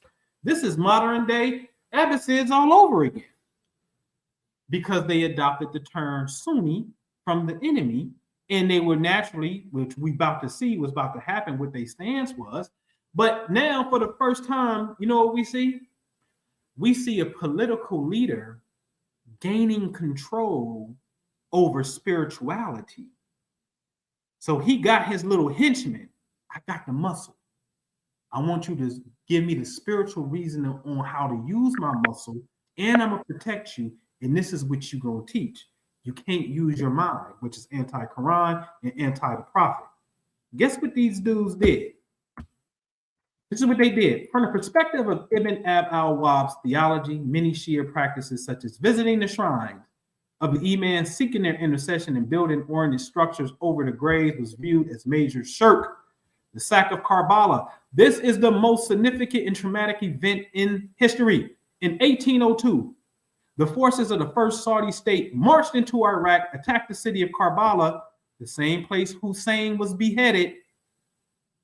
The prophet's grandson Hussein head got cut off in Karbala. Now in 1802, they attacked the city of Karbala, which houses the shrine of Imam Hussein, grandson of the prophet. The Saudi forces entered the city, killed thousands of inhabitants, estimated ranges from 2,000 to 5,000 people, systematically demolished the dome over the tomb of the prophet's grandson, stole the gold, stole the jewels and the carpets, because they said it was idolatry. I don't care about the idolatry part. Who are you to go decimate the grave of the prophet's grandchildren? Then they went to the destruction of al-Baqi. They went to al-Baqi cemetery, where many of the prophet's family members were buried. They leveled the shrines and domes built over the graves of the imams, such as Imam Hassan, the other son, Imam Sajud, Imam Bakr, and Imam Sadiq.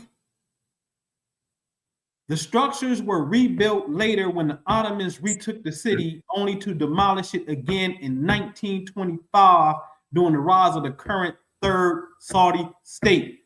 The Saudis are enemies to the prophet and his family, and they're in power to this day. This is Salafism. It gets better. You cannot go and kill supporters of the prophet because they're following the prophet's divine instruction. You can't go desecrate the graves and call yourself a Muslim. Yes, you can. You can call yourself a Muslim, but you're not a believer. That's in the Quran. I showed that earlier. See, that's really the difference. Now I kind of understand. I understand now why the Honorable Elijah Muhammad referred to the people as believers. He was calling them the believers. Wasn't calling them Muslims. Believers. So the question is, well, how did this get into America? How did the Salafi get into America? Let's explore the takeover. This is the Germantown Masjid in Philadelphia. And what do it say? Sunni Salafi Masjid in Philadelphia. Okay, let's look into this a little bit. Phase one. They said in the 1960s and 70s, the Cold War, Saudi Arabia suddenly had massive wealth, strategic alliance with the United States, religious institutions to export ideology. That's important. They funded mosques. They funded Islamic centers. Imams were trained in Saudi Arabia. Free Qurans, books, tapes, scholarships to Medina. They offered scholarships to Medina. Wahhabism entered the U.S. institutionally, not organically. So they got such a great relationship with the United States in this whole oil thing going on. The Saudis is like, listen, anybody in America who want to come study Islam, y'all get a scholarship. Y'all come over here and study under us. We got you. You want to come and see the prophet? You want to come over here. Oh, it gets deeper. Phase two, petrodollar dawah from the 70s to the 90s. The Saudi-linked organizations such as the Muslim World League, World Assembly of Muslim Youth, Islamic University of Medina graduates, they promoted anti-Sufi theology. Oh, all you Sufis got to go. Get out of here. Anti-Shia narratives. They promoted the literist creed. Yes. Many American mosques changed ideologies quietly during this period. Let's move up to the 80s, move into the Reaganomics, move into the crack era in the 2000s. U.S. prisons, Salafi literature spread heavily. It appealed to discipline, certainty, clear rules. Guess who it replaced? Earlier Sufi-leaning or NOI Sunni teachings. University MSAs, Saudi-funded speakers, free materials, English Salafi translations, anti-innovation messaging. So they went hard in the prison system. So at the University of Medina, what do they teach in the University of Medina? Which happens to be what? The city that accepted the prophet. Remember, he went to Medina because his home city, they didn't like him. They wanted to kill him. The Meccans didn't want it. Get out of here. So Medina accepted him. Now the enemy, the Saudis, have Medina. What do they teach here? Let's get into it. Theological level, anti-Shia, the religious curriculum in Medina at the Islamic University of Medina and in the Prophet's Mosque is based on Salafi Wahhabi tradition. View on creed, they teach certain core Shia practices, such as calling upon the imams for help, believing in the infallibility of the imams, or cursing certain Sahaba, or deviations from Islam, or in some cases, acts of shirk. Refutation of culture. You will find many books in Medina bookstores specifically written to refute Shia beliefs. In the academic sense, the teachings remain firmly anti-Shia. What did the Quran say about these people? Let's go back to Surah 9. It's talking about the enemies that don't open up with the Bismillah.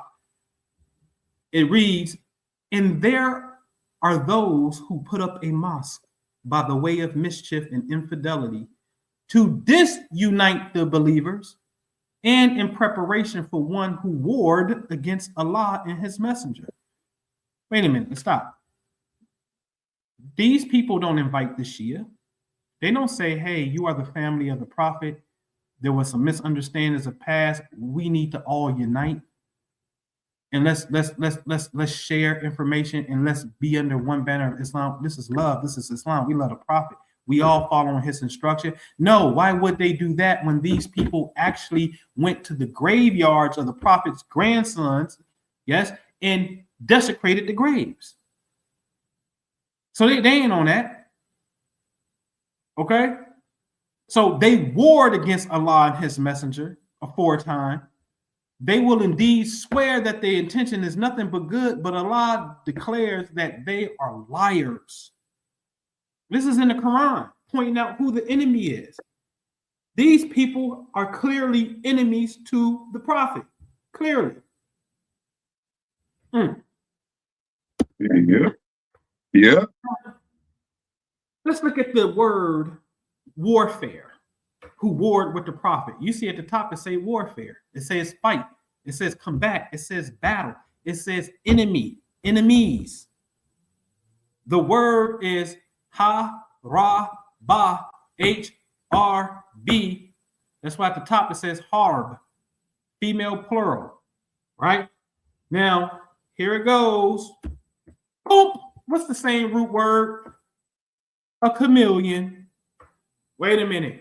Didn't the Quran warn us that these people are going to build a mosque and they're going to say that they were doing good, but they didn't do good? They only disunite the people and they went to war against the prophet. These people are chameleons. The enemy is a chameleon. He's going to be a Muslim. He's not going to be an outside Christian and messing with you. He's going to be a Muslim. He's going to say, surely I believe in Allah in the last day in the messenger. And the Quran's going to tell them what it tells. No, you don't. You don't believe. Don't say you're a believer. Say you're a submitter. Say you're a Muslim. Don't say you're a believer. Say you're a Muslim. It's levels to this. So now the imams of the masjid, what do he have on his resume in Philadelphia? Since it's Salafi, he studied with senior scholars where? Of Medina.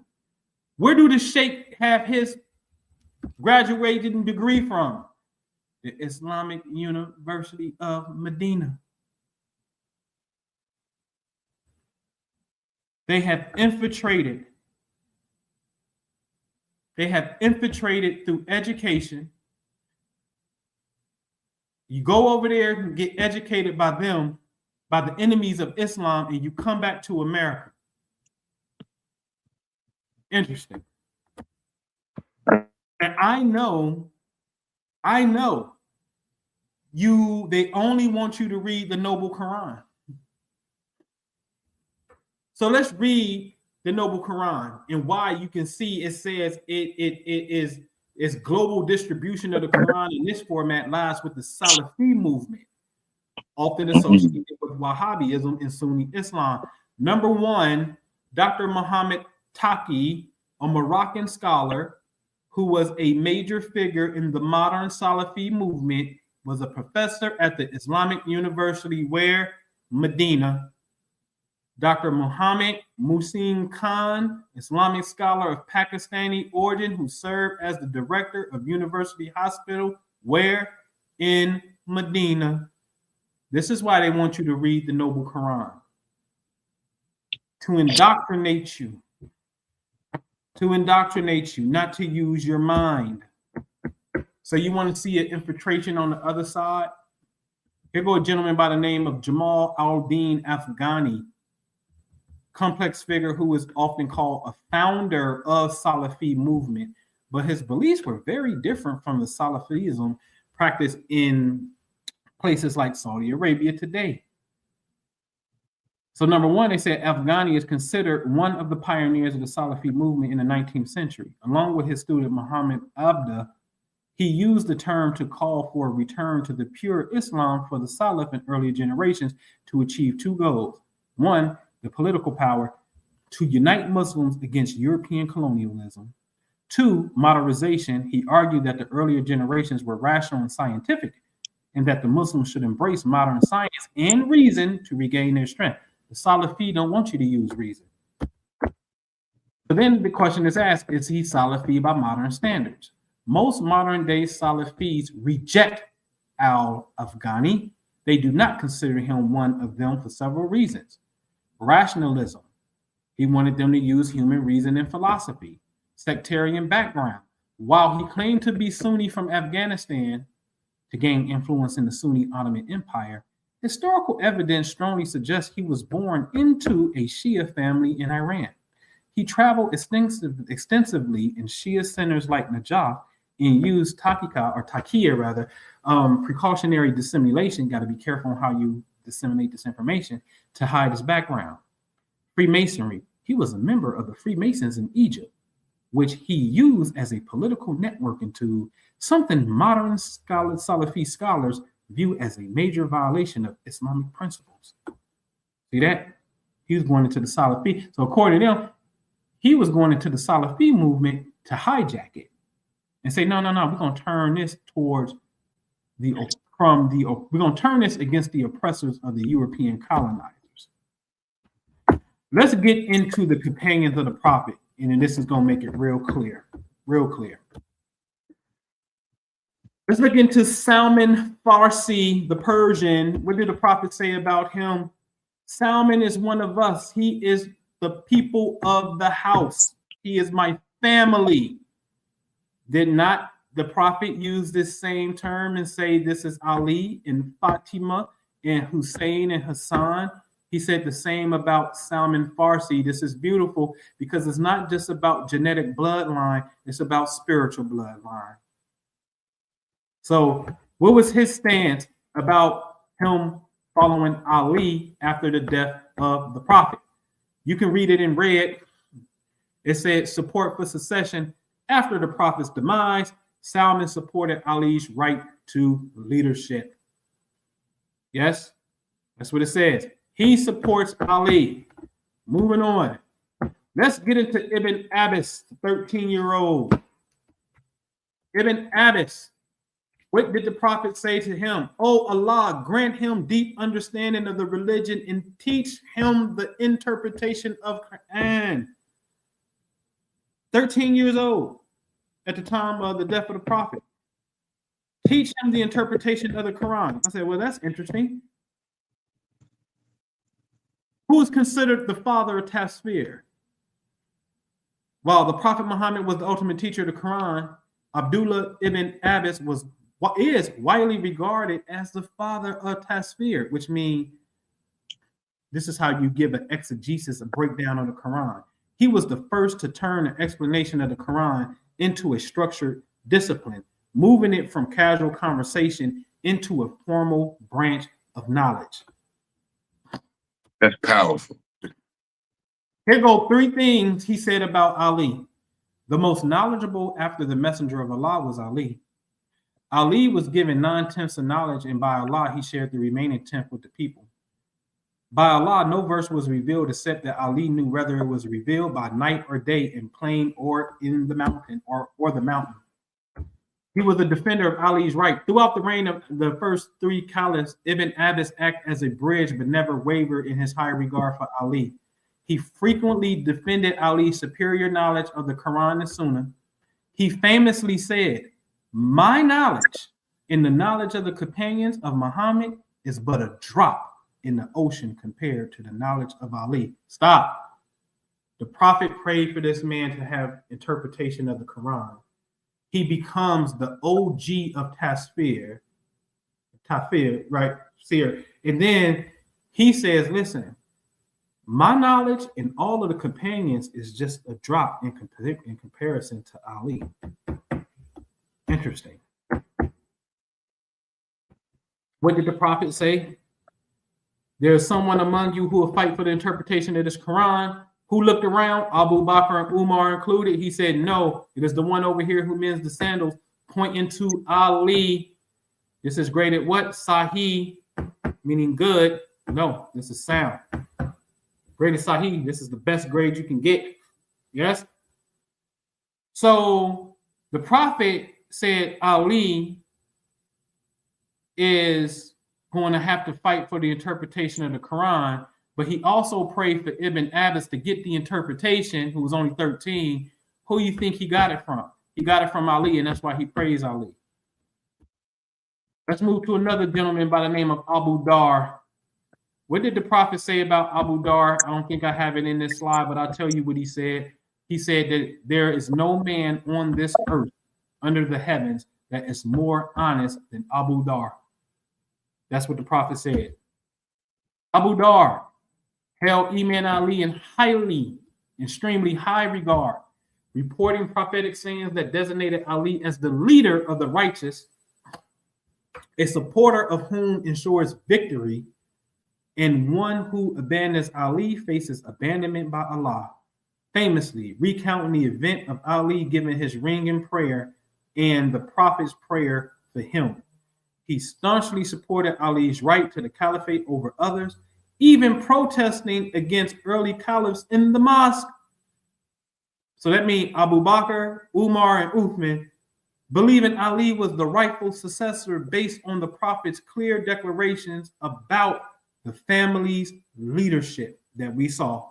So we saw the Prophet say, I leave behind two weighty things. We saw the Prophet say, this is my family. We saw him say, support, follow my family, and you won't be led astray. He was there. So this ain't just me saying it. He was there. The Prophet said he's the most honest person on the earth. You can look into that. And he says he is going against Abu Bakr, Uthman, and Umar and said, no. The Prophet said Ali is in charge. He was there. So this is what I get. This is what I don't get. This is what we got to get out of the ego. Who are we in 2026, whether you Salafi, whether you Sufi, whether you Sunni, who are we to say that this man who was there is incorrect? Who are we to go against that when we saw the hadith itself say it? And now somebody who was there saying, yeah, this was said, no, y'all ain't supposed to be in power.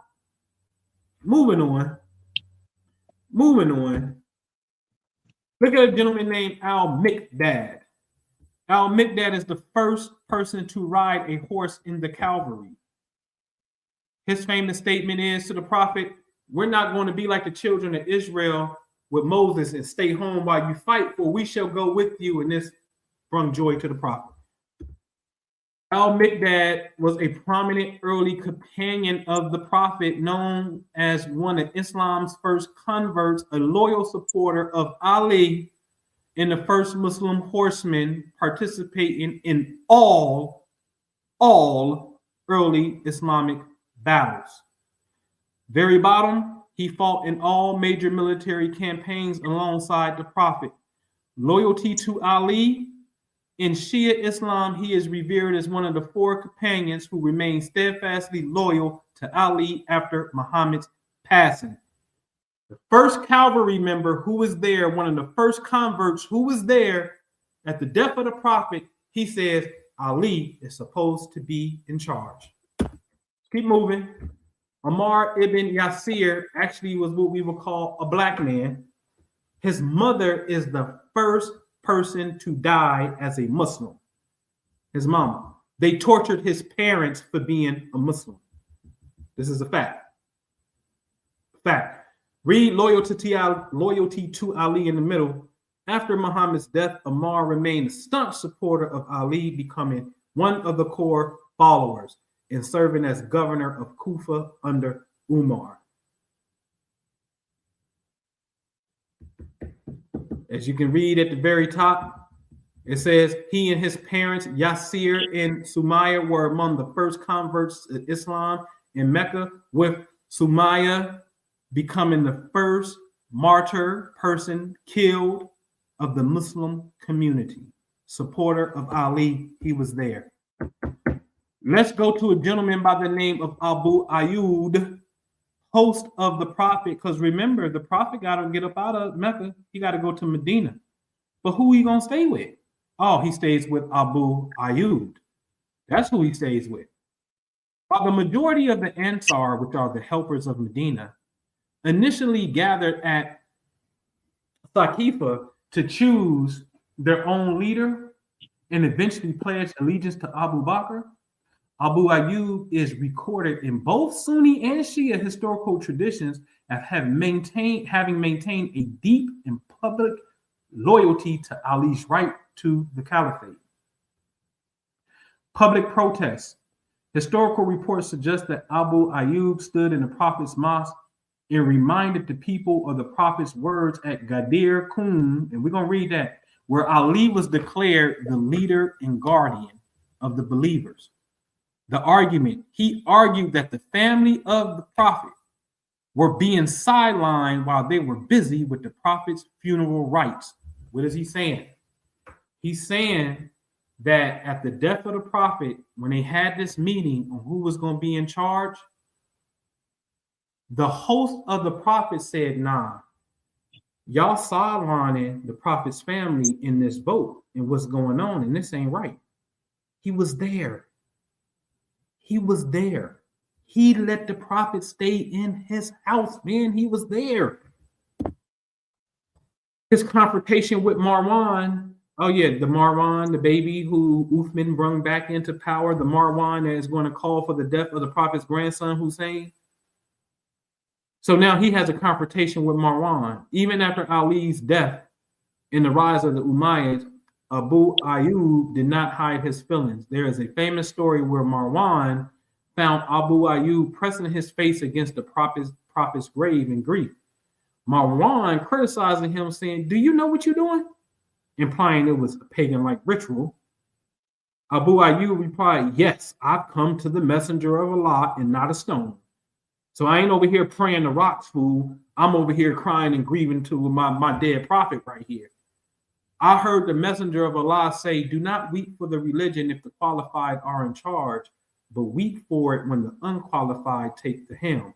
This was seen as a direct jab at the Umayyads, who had taken power from the family of the Prophet. Now enters a gentleman named Hudhaifa.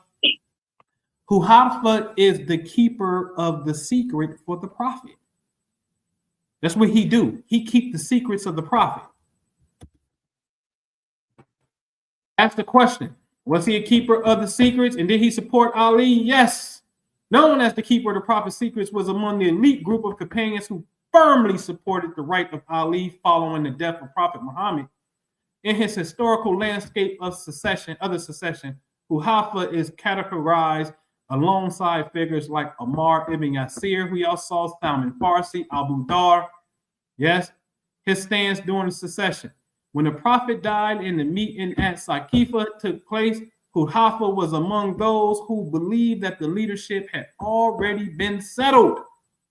At Ghadir Khum, the protest, traditionally sources list Hudhaifa as one of the 12 men who stood in the mosque to challenge the legitimacy of Abu Bakr, arguing that the prophet had already designated Ali. So he to say, oh, what y'all doing? You ain't the leader. The prophet already gave instruction over here. What y'all doing? Now let's enter Ubay ibn Ka'b. He is known as the master of reciters of the Quran. Nobody recites the Quran better than him. What do it say? His support for Ali carried immense weight because his peerless religious authority. His role in the initial protest, Ubay ibn Ka'b, is consistently listed in historical accounts as one of the companions who refused to acknowledge the leadership of Abu Bakr at the outset. The 12 men, he was part of a group of the 12 who went to the Prophet's mosque to publicly challenge the events at Saqifa. His argument, Ubay's argument, was rooted in the Quran and the Prophet's explicit instruction. He famously told the people, "O people of the Ansar," meaning the people of Medina who was helping the Prophet, "did you forget the words of the messenger of Allah on the day of Qadir Kum? Did you forget his words of whosoever I am the master of, Ali is the master?" Let's read that hadith since we kept seeing it come up. The companions kept saying it. Hey, y'all forgot. And this is what it says. Do I not have more authority over the believers than they have over themselves? He didn't say Muslims, he said believers. You see that? What did the Quran tell us earlier about Muslims and believers? Say you Muslims, but don't say you're a believer until you got it in your heart. Do I have more authority over the believers? Yes, messenger of Allah. He said, then whoever I am his mala, then Ali is his mala. Here's the kicker. Oh, Allah, befriend whoever befriends him and oppose whoever imposes him. Whoa. So that means we are not even supposed to be friends with anybody who opposes Ali, even though he asked Allah to do this. But that goes for us as well. You're not supposed to be friends with somebody who opposes Ali. And I'll show you that in the Quran. Quran tell you flat out, do not take and I showed it. Do not take the disbelievers as friends. So here it is right here. Ali is the Mala. So in Sunni theology, interpretation of the word Mala in the hadith at Qadir Kum, Mala has a definition as master, leader, or commander. But in Sunni mainstream, they interpret it as beloved friend, ally, or close supporters. See what the enemy do? Now, let's really look at this. We didn't walk through this thing and saw Sunni is a term that was created to go against the family of the Prophet. And then speed it all the way up to the 19th, 20th century, another group is formed called Wahhabism Salafi. And they are enemies of the Prophet because they go totally desecrate the graves of his grandchildren. And now, when the Prophet said Ali is the Mala, the enemies, it's clear, the enemies of the Prophet said, well, it also means friend and ally and close supporter. We are going to go with the lesser, as if they didn't see the hadith where he said, follow the Quran and follow my family. As if they didn't see the hadith that said, none represent me but myself and Ali. As if they didn't see the angel Jibril say, you can't send Abu Bakr. You got to send either yourself or somebody from you. And then he went and sent Ali and got done. Ali represents me. So now the thing got done. The message got conveyed. They don't see none of this.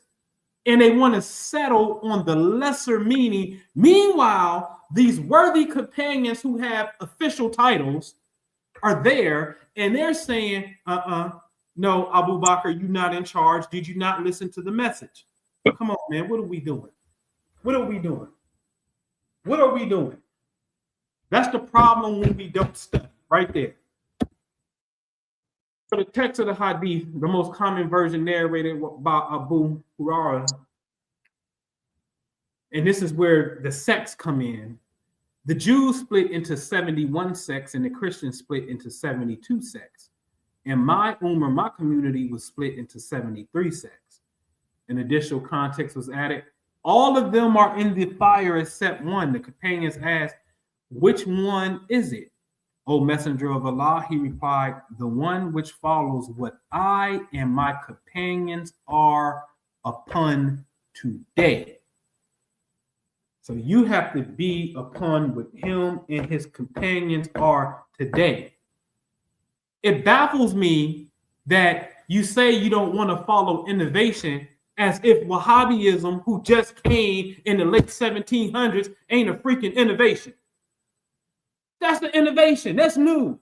That's not original Islam. It wasn't called Wahhabism. It wasn't called the Salafi. That's the innovation in of itself. That's the contradiction. You don't want to deal with innovation. What? But you just created a whole sect. That's innovation. Get out of here, man. Get out of here. So again, you want to go to the first generation? Let's go to the first generation of the companions who was there. Abu Dar, again, the prophet said there's nobody more truthful on the earth and under the heavens than this person. Supporter of Ali said, the prophet said, Ali's supposed to be the leader. Ammar ibn Yasir, first parents to die, you saw it. Al-Miqdad, first one to fight on a horse. Salman al-Farsi made family. Ibn Abbas, the Tasfir OG. Ibn Ayyub, the host of the prophet. Huhafa, who's holding the secrets of the prophet. Ubay ibn Ka'b, master of the reciters. All of these gentlemen said, no, we heard the prophet say, and we know Ali is the one that's supposed to lead this thing. What are we doing, people? What are we doing? And by the way, Umar asked Huhafa, am I on the list of hypocrites? That's in the hadith. See, you would ask if you was on a list of hypocrites because you didn't get the prophet a pen and paper when he was on his deathbed, and you argued with his wife, and you went to Fatima, his daughter's house, and forced entry and made her have a miscarriage. And she died so heartbroken 6 months after the prophet. And it wasn't until after her death 6 months later, Ali gave his pledge to Abu Bakr. And he talks about it because he said, it's like pricking my eye and something was in my throat. And I thought about killing him, but I didn't want to create a war amongst the believers. So I went ahead and just remained steadfast and patient and followed Allah. I didn't want to do this to the community. But boy, Ali was burning in the inside and wanted to smoke these dudes. But he didn't for the sake of the community. Because that's what his prophet and his cousin and father-in-law would do. Prophet ain't never. The Quran says Islam is never forced on people. It's not a hardship. There's nothing hard about this. It comes with no repulsion. The repulsion in all this bloody wars come immediately after the death of the prophet. Everybody who was in charge after him, besides one person, and that's Ali. Interesting. Very interesting. Very interesting. So now we got to address the elephant in the room, because all that stuff is physical. That's light work. That's easy work. You should be able to see that. Now here comes the spiritual component to it. You got the physical Boaz. Now we about to get the spiritual Yakin to this whole thing. This is because this is what we need to know. The prophet said this: O men, the disbelievers indulge in tampering with the calendar. And this is in his farewell speech. And when I saw this, this is the statement that got me on the trail to becoming an enthusiast about the history. I'm not a historian. I'm not here as a historian. I'm here as a pure enthusiastic person in the love and joy of Quran and the Prophet and his family.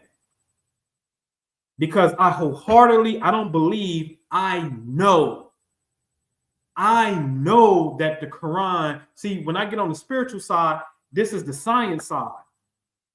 Alhamdulillah for more science, because that's putting us up on something. Science is what Dr. Joe Dispenza calls the contemporary language of mysticism. Science is the language of God's laws. Science and theology is really the same thing, but it got separated with Europeans. But anyway, so I'm looking at this And I said, well, what do you mean that disbelievers indulge in tampering with the calendar? So then you have to ask a logical question. Well, when was the calendar created? The calendar was created in 639. Wait a minute. The prophet died in 632. So there was a calendar change 7 years after his death. Well, who did that? Umar. Umar, the one who didn't give him pen and paper, the one who they say he asked to marry his daughter, and he said, no, Allah hasn't informed me on who, what to do with her. But then he marries her to Ali and not you. Umar? That dude? Okay. This is interesting. The enemy to the prophet at first. Umar. Okay. So the prophet is saying disbelievers indulge in tampering with the calendar. Again, Hudhaifa, who keeps the secrets of the prophet, has a list of hypocrites amongst the believers. Umar asks, am I on the list? Wait a minute. You're asking if you on the list, and the prophet said in his farewell speech, there's disbelievers indulging in tampering with the calendar, and you are the one who implement the calendar? Oh, you a suspect. In crime, we call this a person of interest. So you're a person of interest right now, buddy. You're a person of interest. So the Quran says this: by time, surely man is in loss. And it dawned on me today. It ain't saying that you lost by time, because that's L-O-S-T. Loss is this word here: to do harm, to destroy, to corrupt, to deprave. I said, oh, snap, you bugging. Slow down. You thinking lost, like, oh, y'all don't know what time it is. No. You are damaged by time. By time, surely man is in loss. By time, man is damaged. And we have a whole new calendar, which means, wait a minute, if this new calendar all of a sudden makes Ramadan move around, then what was the old way? Muhammad's way, peace be upon him. Ramadan didn't move around. Ramadan is named after a specific function in law or nature. Hot grounds, they say. So the scorching heat, traditionally August going into September, summer transitioning into fall, Virgo transitioning into Libra. Interesting. Libra, the equinox, days and nights are even. Interesting. Because our prayers are predicated upon sun points, especially the midday prayer, Zuhr. The sun is directly at top in the south. In the Maghrib prayer, Maghrib means west. Sun is at sunset's western point. So wait a minute here. So the prayer is predicated upon these celestial points, right? Okay. So if the month is named after the season, and we have the equinox at this time, days and nights are even. What's the big deal about that? I'll tell you the big deal. There's no summer on the earth. There's no winter on the earth at the fall equinox. What's the big deal? Well, you do know in the summertime, the higher northern latitude you go, even when the sun set 1, 2, 3 o'clock, 4 o'clock in the morning in Alaska, you still get twilight light. They're fast doing Ramadan. If you got Ramadan in the north and you at the furthest extreme north, the further north you go, it seems like the sun never sets in the summer, if Ramadan is in the summer. So therefore, the fast is very strenuous on your body. Whereas people on the complete opposite side of the earth, it's winter for them, everything go fast.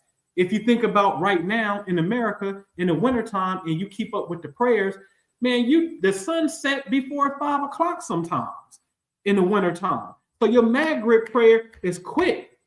Isha prayer 6, 7, 8 o'clock, done. In the summer, man, I'll be asleep already. I'm in the bed. I'm an old fella. I'll be in the bed already. 9, 10 o'clock. What? I'm in bed. So it's longer because you got more daylight. So people who live in certain regions at a certain time of the year, if it's summer or winter, these are extreme polarities and it's very taxing on the body. But during the equinox, when there is no summer on the earth, there is no winter on the earth, there is no extremity, everything is even, everybody experiences the same daylight because the entire earth is even at this particular point. You understand that? So Ramadan traditionally transitioning out of summer into fall, as soon as you get to fall, that's what? The equinox. Everything is in balance. The Quran said Allah makes all things in perfect measure and balance. Again, the religion is not supposed to be strenuous for you. That's very strenuous depending on what time of the year you want to practice a Ramadan. That's number one. Number two is this. Wait a minute. Hold on. Let's deal with the elephant in the room here. Ramadan was at a fixed point in the sky. Fixed point. Let's just call it Virgo transitioning into Libra. Every year it comes right here. How do we know? Because it's the summertime, transitioning into the fall. Okay. The next month deals with the camels lifting their tail. Okay. So if Ramadan consistently always came around this particular point, just like we got seasons, it's February in our timekeeping, and it's the winter time where we at. Okay. This is the holy month here. When you change it and say this is the holy month over here, it's no longer in the summer where the prophet received revelation, it's now in the winter, February 17th. You want me to believe that that's the same thing? And when the whole revelation of the Quran is known as the night of power, Surah 97, you want me to believe that the night of power in the winter is the same as the night of power when the Quran was revealed in the summer? You smoking. Come on, man. But here's the real thing. Scratch everything I said and just think about this. The prophet's Ramadan was fixed at a certain point of the year. This new calendar says we move. Ramadan comes earlier, 11 days earlier every year, year to year. So it's in February. Eventually it's going to be in January, eventually December, and so forth. That means either what we're doing is correct and the prophet's Ramadan is wrong, or the prophet's is correct and ours is wrong. We can't have it both ways because we got two different Ramadans. So which one is it, ladies and gentlemen? See, this is what the Muslims is going to have to answer. And this is where I get off it. And I'm not here to advocate Shias because the Shia and Sufis follow this. And I'm not telling you can't have revelation and great things during Ramadan that you think is Ramadan. I'm not saying that. Because your belief and your sincerity in nothing really trumps that when you understand what this place is. Alim, all knowledge, all law, it all is mental. When you understand what is creation and what Allah is. So you can make it what you want to make it. But it's a reason why things were where they were. And I'm going to show you what that reason is. Okay. So by time you lost, that means we're being damaged, ladies and gentlemen. The Quran is telling us we're being damaged by time. And here it is right here, the prophet's speech. O men, the unbelievers indulge in tampering with the calendar in order to make permissible that which Allah forbade and to prohibit what Allah has made permissible. Now, here's a classic argument. I got to take my time with this so you can understand this. The modern day consensus is going to say Well, the way that the prophet was keeping time, if they were using the moon, every 33 months, they would add a leap month. And when you add that leap month, we thought that this month was going to be holy, but now it's going to be next month because of the leap month that's going to be the holy month. And this is impermissible. This is nasi, which means to delay. But this happens every 33 months. That's almost every 3 years, right? Now, when we look at Ramadan now, Ramadan goes full circle every 33 years. 1 minute it's in February, next is in January. So for it to go full circle, it takes 33 years because it's just floating around the cosmos, right?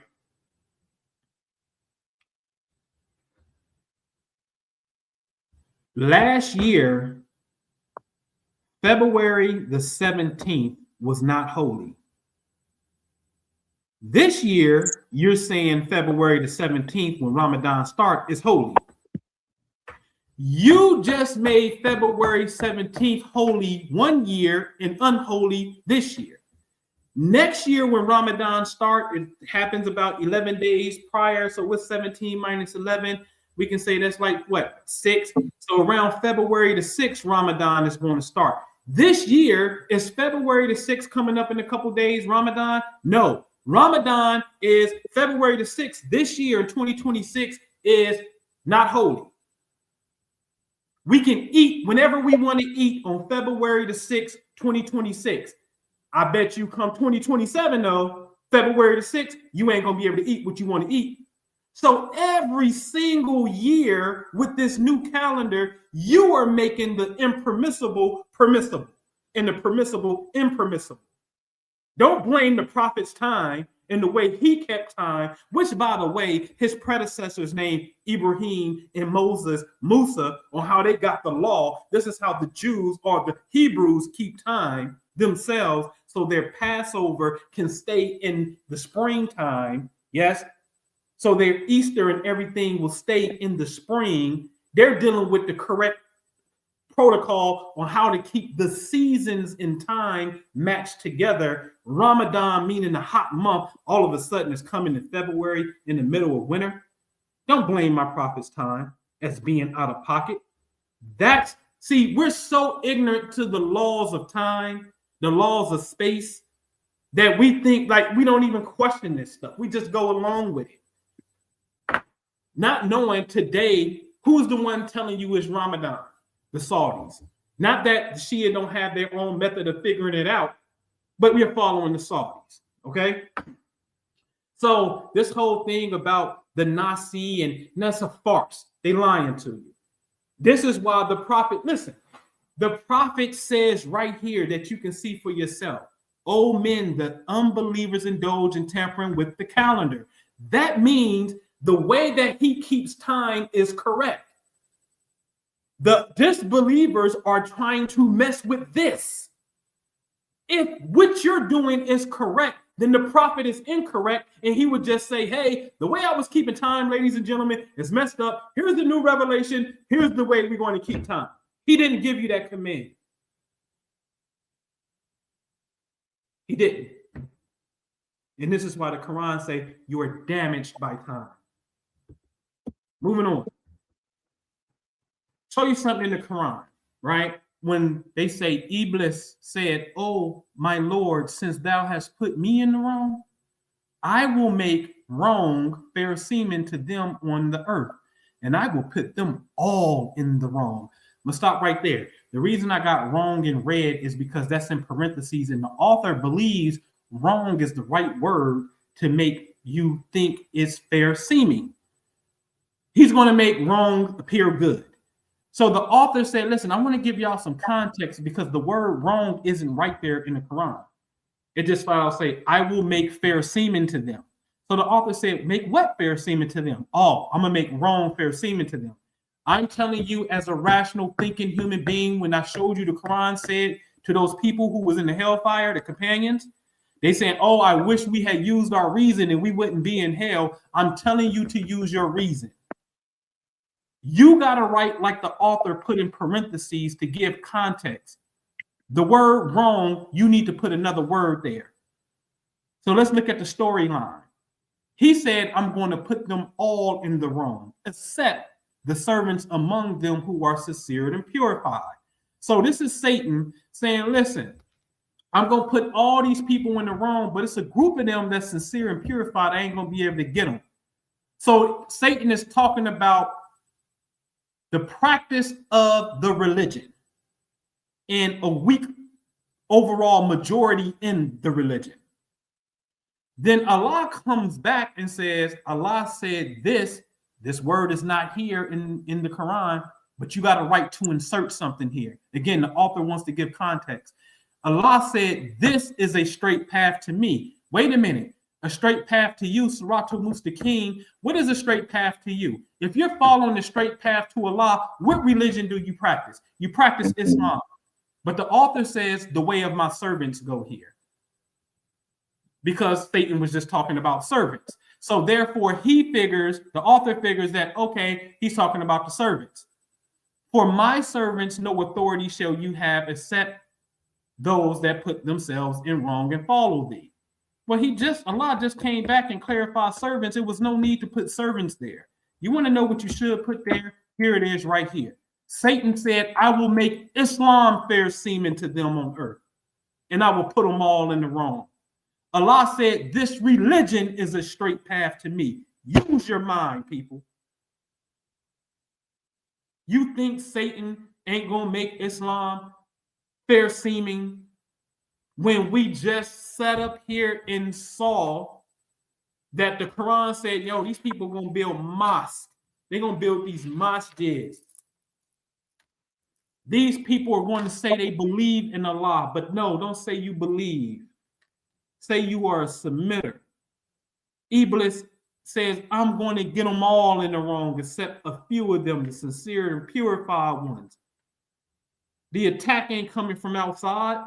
The attack comes from this new term called Sunni and this new term called Wahhabism and Salafi, who says we go by the literal interpretation, don't use your mind, while in the meantime, we're going to go to the grave of the prophet's grandchildren and we're going to decimate and disrespect his dead family members. Iblis is in the inside. Moving on. The Quran says, but he did lead astray a great multitude of you. Did ye not then understand? Look at the word understand. Understand means what? Use reason.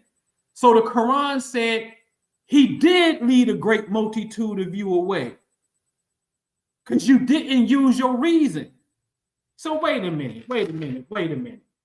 The current consensus is 85 to 90% of Muslims are Sunni and 10 to 15 are Shia, who are the supporters of the Prophet's family, but who also now follow the Shirk calendar.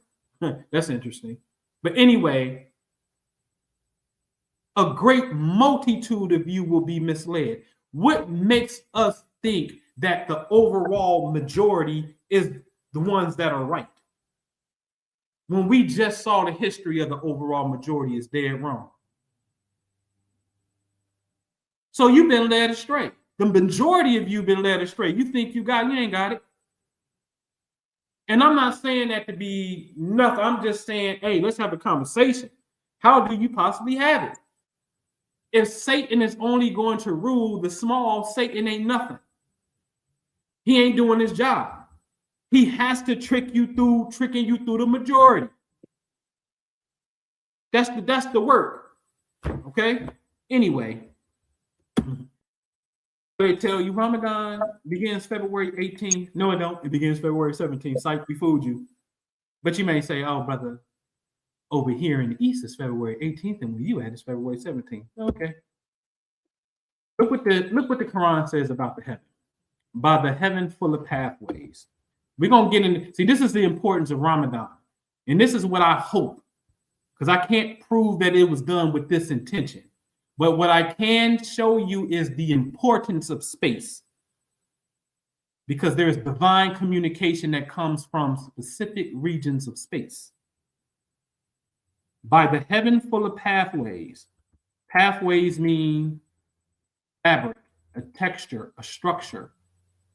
It means interwoven, intersecting. Hello, the Quran just proved Einstein's time or space-time relativity theory, or really law. Einstein says space has an invisible fabric. It's like a cover. It's like a blanket. You know what I mean? Einstein said this. He said, although it's immaterial, but it behaves like it's immaterial. This is, so if you got time, you have to have space. You can't have time without space. You can't have space without time. So they are one thing. The Quran knows this and said, by the heaven full of pathways. Now, I never seen nobody say this. I'm just like the study. So, but anyway, alhamdulillah, listen. There's plenty of videos on the scientific miracles of the Quran that modern science is just now figuring out in the Quran. That's why I love it, because the Quran is more science. So now this is in the Quran as a pathway, a material. Now there's another verse that said, the day we will fold the heaven like folding a scroll of records. Fold, one of the definitions for fold means passing by. But I'm going to give you another definition of fold. Intention, design, conscious, true mind. You know I'm dealing with the same word, because at the top it says fold. So now this scripture should read, the day that passes by, the heaven is a conscious scroll of records. See, that's different. This is why they tell you it's a hidden meaning in the Quran. By the day that passes by, the heaven is a conscious scroll of records. Look at this verse. And he completed them as 7 heavens within 2 days, and inspired in each heaven its command. Inspired. So Allah created 7 heavens, and he gave them commands. He gave the heavens instruction. Okay. Inspired means radio transmitter. But look at the bottom. It says inspiring, revealing. So you know I'm dealing with the same word. Radio transmitter. I said, wow. Did I not do a presentation called God as a Radio? And in God as a Radio, I showed the Hebrew science. On the left-hand side, the word for radio wireless, the first 2 letters in green is Aleph Lam, A-L, like you're saying Allah. On the right-hand side, L by itself is what? God. So the first word for radio is God.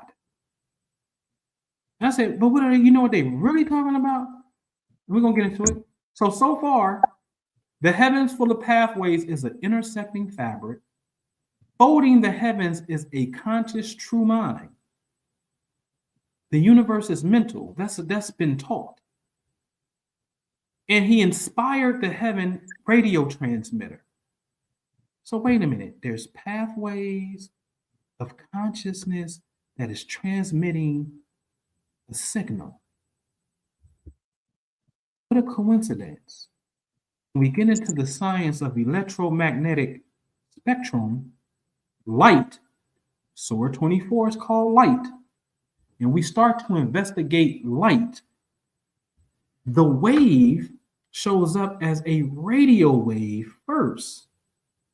And I said, wow, the Bible said in the beginning was the Word, and the Word was with God, and the Word was God, because the wave, in which quantum physics says nothing exists but the wave, and then at a certain point, the wave turns into a particle. It operates as this dual being. I said, well, that's like Allah saying he's the creator and destroyer. That's like Allah saying he is the concealer and the revealer. These are 2 opposite things. Polarity. Masjid haram is good, but then you say don't do haram things. bad. Haram, haram. Same thing, different function. You understand? I said, oh, so this is what they're getting at. They're getting at the wave. The Quran is encoding, and the Bible is encoding the science of our reality. Why not? Because our reality is made of something. What is our reality centered upon, ladies and gentlemen? Our solar system goes around a galaxy. Our galaxy is called the Milky Way galaxy. At the Milky Way galaxy, there's a black hole called Sagittarius A, and it is a what? Compact radio source. This is science. But if God created us, how did our solar system come into being? There's something called the Sagittarius Primordial Galaxy in the Milky Way galaxy. This is revealed in chapter Surah 70, verse 4. And the angels ascend, the angels in the spirit ascend to him in the measure of 50,000 years. And I said, what are you getting at? And I was able to, alhamdulillah, was able to figure that out astronomically. The Sagittarius Primordial Galaxy loops over the Milky Way galaxy at a distance of 50,000 years. Go look it up. What is the Sagittarius Primordial Galaxy? The Sagittarius Primordial Galaxy in the Milky Way galaxy kept crashing into each other, making galactic love. And then guess what happened? A sun was born called our sun. Then Jupiter was born, the first planet in our solar system. Then comes the Earth and other planets. So we are the byproduct of two galaxies coming together.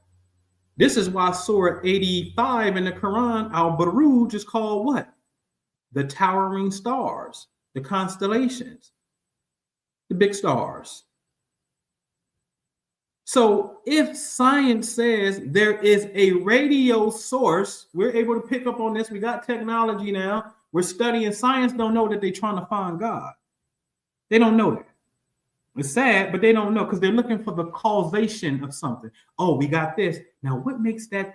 You got to pierce into that, get your microscope, go into that, but then you ain't going to be able to find the thing that you're observing. How do it get its function? You'll never be able to find it. But it's everywhere and nowhere at the same time. That's God. You'll never be able to find it. Don't mean to stop looking. It just is. So science says there's a radio source here. So this is why the Quran, let me back up. This is why the Quran says, hey, he inspired in the heavens a radio signal. So there is a radio signal ET phone home in space. You get it? Connecting fabric, intersecting fabric. This is the real Ethernet. The Ethernet cord I got in the computer, that is a law that's coming from the heaven. Ethernet. Yes? The true conscious mind is in the heaven. The word heaven is said over 300 times in the Quran. It's a reason for that. So there's a transmission that's taking place. That's the importance of Ramadan. You got to be in a certain position to get the transmission. So anyway, in Surah 65, verse 12, called divorce, it is Allah who created the seven heavens and the earth, the like of them, meaning a similar number of earths, i.e. the seven planets. Circle 7. This is circle 7 in the Quran right here. Right here. Circle 7 in the Quran. Allah created the seven heavens and of the earth. Oh, you talking about Saturn, the day of Saturday, Sunday, the day of the sun. Okay, cool. That's what that is. So I always find it very ironic. I can never say this about this verse, about this chapter and verse. Never not say this, rather. This chapter is called divorce. And why are you ending the chapter with 12 verses precisely telling me about the heavens? And why are you telling me about the heavens? How is this relative to divorce, sir? I'm going through a divorce. And you want to end the conversation of divorce with my command flows between these seven heavens and planets. I'm supposed to understand something about seven heavens and planets when it comes to marriage then. Clearly, because you end in divorce with that. So you are supposed to understand cosmic law of some sort, for some reason, you're supposed to understand how this relates to marriage. Okay? Right here in the Quran. So here's a rendition. Each zone is really a month. You can call it a zone, call it a month, you can call it whatever you want to call it. The angel appeared. The earth was somewhere when Jibril came to the prophet. Let's hypothetically say the earth's position is right here that we see on the screen where the angel is at. And this is zone 9, known as month 9, known as Ramadan. And during this time, the sun appears in front of Virgo, about to go towards Libra, okay? From our viewpoint. The earth was in a specific area of space when the angel appeared. This is important. You cannot tell us that Ramadan is in zone 2 in 2026. And in 2027, you move it to zone 1. In 2028, you move it to zone 12. You cannot do that. The earth is not in the same position. This is predicated upon 3 things. Intersecting fabric that is conscious, and it's a radio transmission. There is this is why, do they see God or do they hear God? God is always giving them instructions. He's in the bush, he's in the cloud.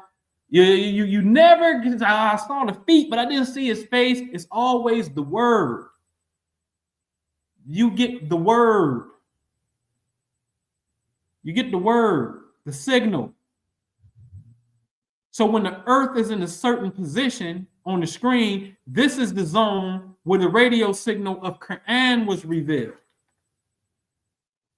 You cannot move this space just because you say, oh, well, we're going to count the moon and this is how we're going to count it. It's still Ramadan because we counted 9 times that this happened, and the 9th time that we counted, even though it's way over here, that's irrelevant, y'all. It's way over here because we counted 9 moons. This is Ramadan.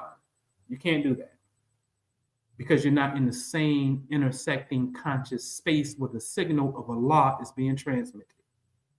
And you will have to admit that the prophet's Ramadan is wrong, and you don't want to do that.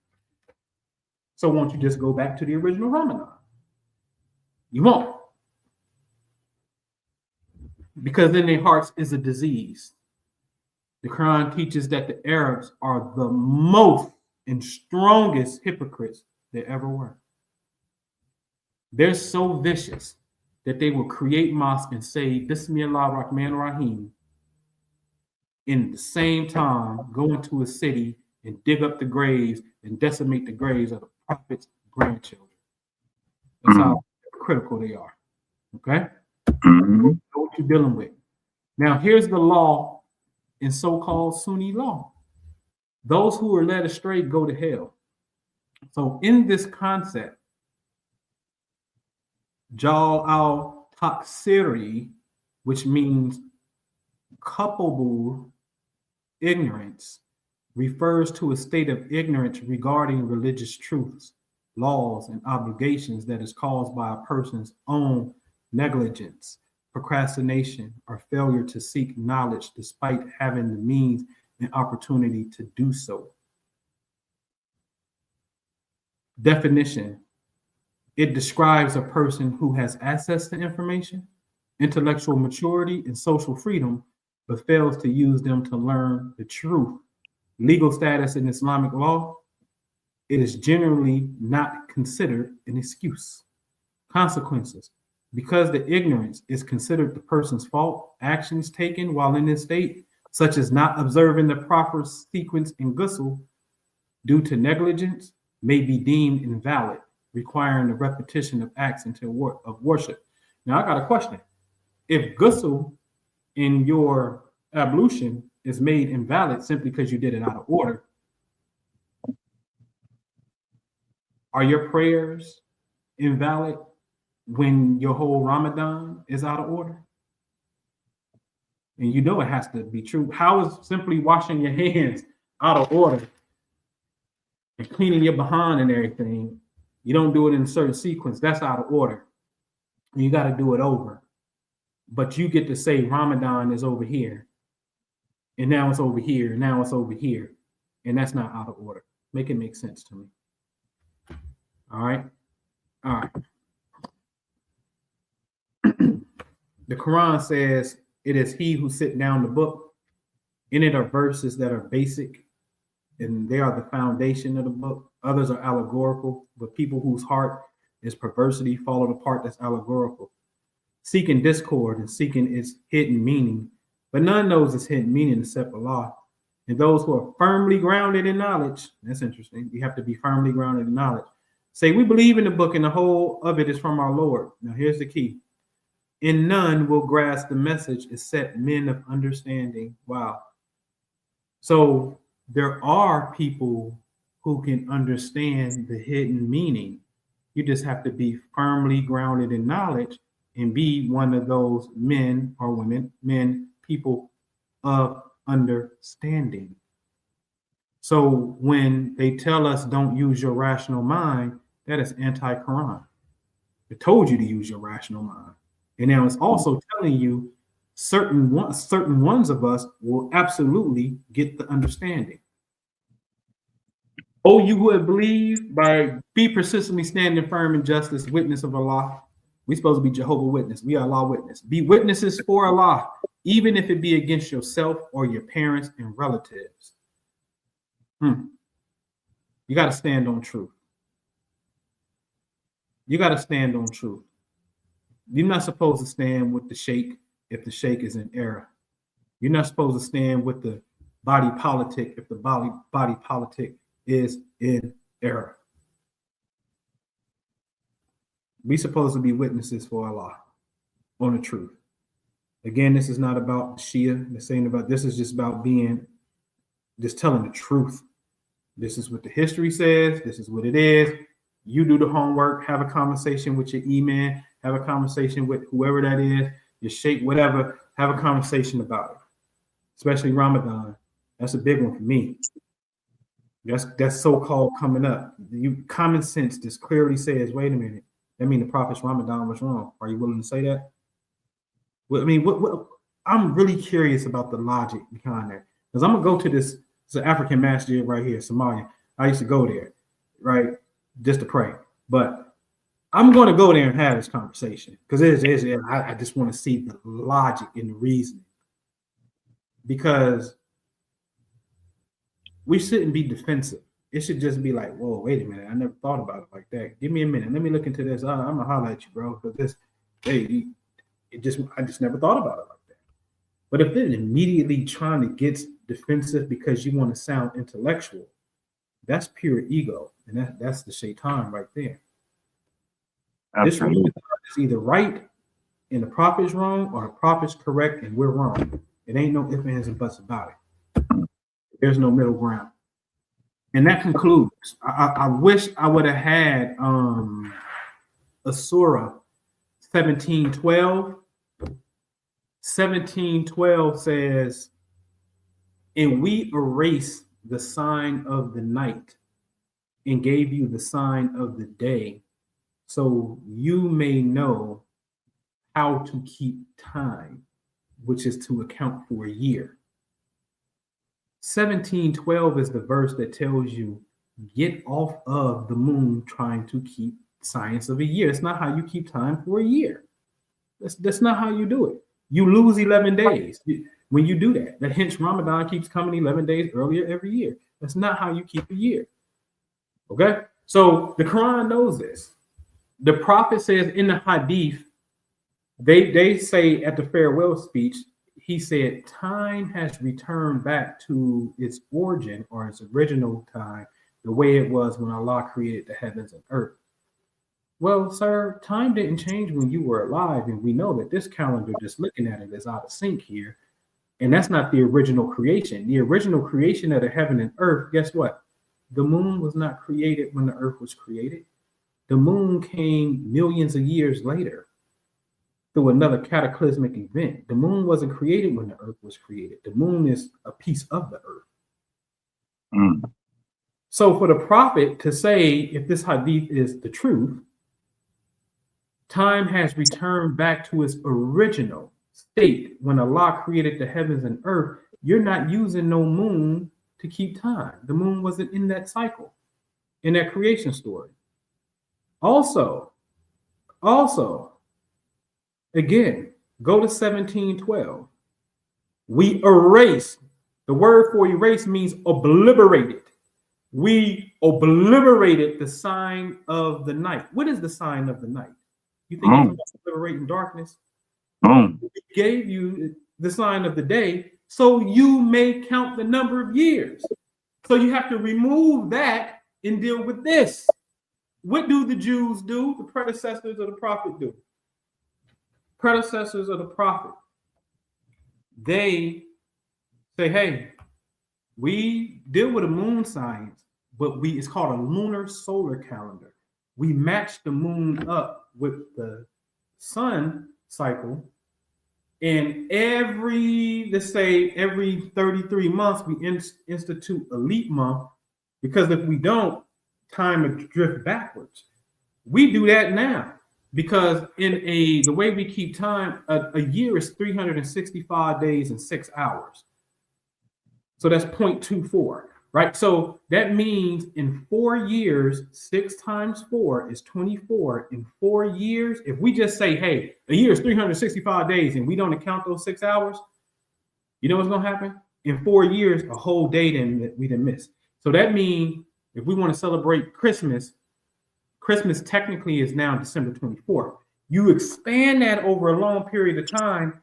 Christmas is now in Thanksgiving, November. November is now in October. So Thanksgiving is in October. Your birthday in the summer? It's in the spring, and over time, your birthday in the winter. Bro, we used to celebrate your birthday in the summer at the cookout. What your birthday doing over here in the winter when the snow on the ground? We don't celebrate nothing like that when we keep time. So why are we doing this now? That makes absolutely no sense. And the Quran knows this, and it reveals it right there. All right.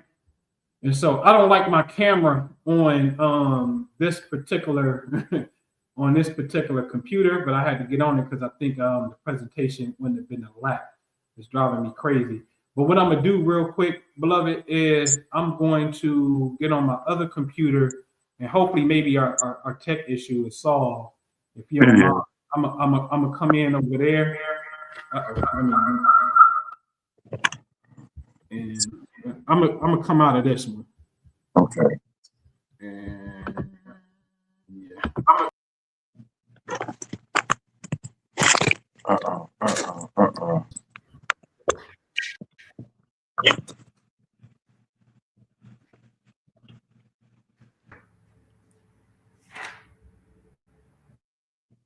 All right, can you hear me? Yes, sir. Yeah. Can you hear me? Yes, sir. Okay, there you go. All right, yeah, man, that camera's crap. That's my old laptop, but it gets the presentation done. So hopefully we ain't got no lag and whatnot, man. But yeah, that concludes, man. You know, Man, maybe all we be guided to the truth, man. That's all I can say. You know what I mean? Alhamdulillah, bro. This is most definitely a heavy one.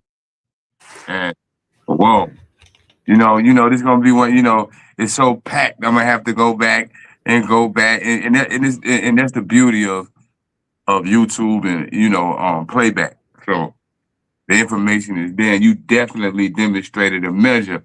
What I would like to say is, Choice L, honors and gratitude for the super chats. Honors and gratitude for the super chats. He said, my favorite Moorish, Muslim, Moorish, Indian American folks together. He said it's better to build strong YNs than repair old heads. Keep teaching here. The youth is listening. Praise be to Allah. Inshallah, we're doing just that. Honors and gratitude to Creator the Balanced Universe for the super chat. He had a question. Do you have any knowledge regarding the infiltration of Wahhabism, that all Qurans were burned and the leather used to make sandals?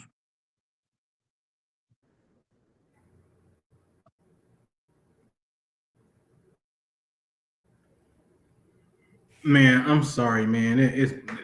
So now I know it's this computer acting funny. Second, because it was breaking up. Give me a second. All right. Let me go back to this one. Yeah, it skipped.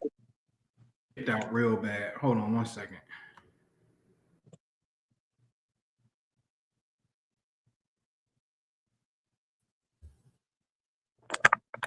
Okay. All right. All right. The question was, do you have any knowledge regarding the infiltration of Wahhabism, that all Qurans were burned and the leather used to make sandals? No, I don't know about it. But I will look into it just to continue to build my knowledge base. But I don't know about it. Alhamdulillah, inshallah. Yeah. Let's see. Is that true? Like I would love to know. Is that person saying that's really true? You know what I mean? Validation.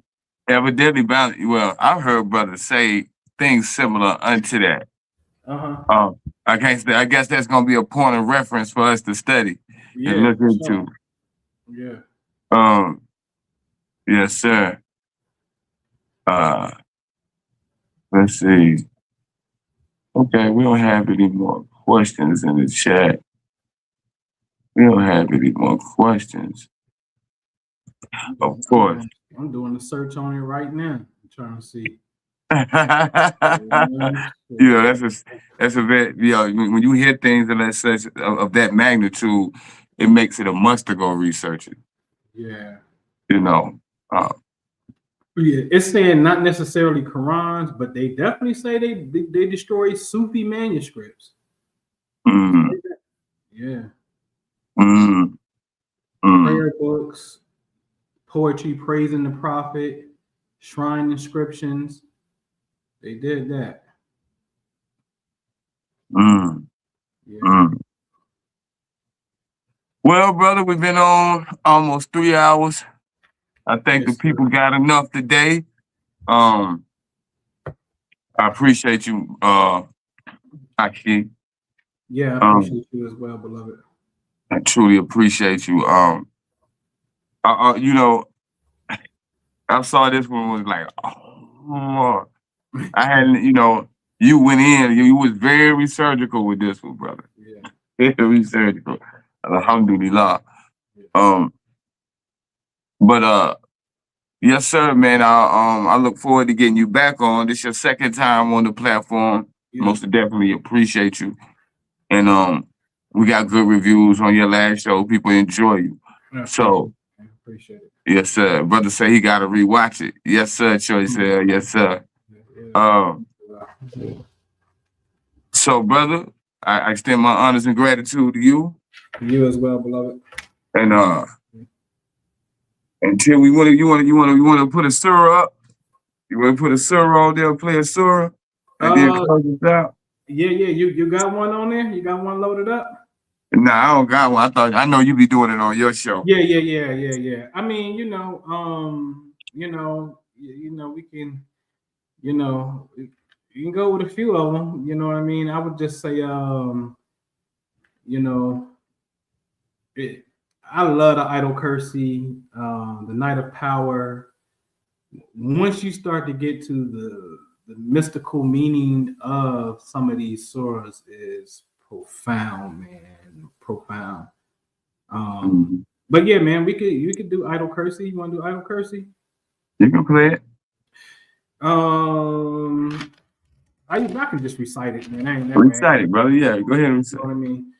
All right, so Allahu la ilaha illahu hayyu qayyum la takuntu sinatu wa la nu'um lahu ma fis samawati wa ma fil ard dallahi yasfa'u idahu illa bitni ya'lamu ma bayna aydihim wa ma khalfahum wa la yuhituna bi shay'in min ilmihi illa bima sha'a. وسيكرسيه السماوات والأرض ولا حدود حفظهما وهو العليم. الله أكبر. Allah. But yes, sir. Yeah, I'll see you tomorrow for sure, man. I got you. Yes, sir. Yes, sir. All right. Well, all right, brother. Assalamu alaikum. Yes, sir. Wa alaikum assalam. And we out.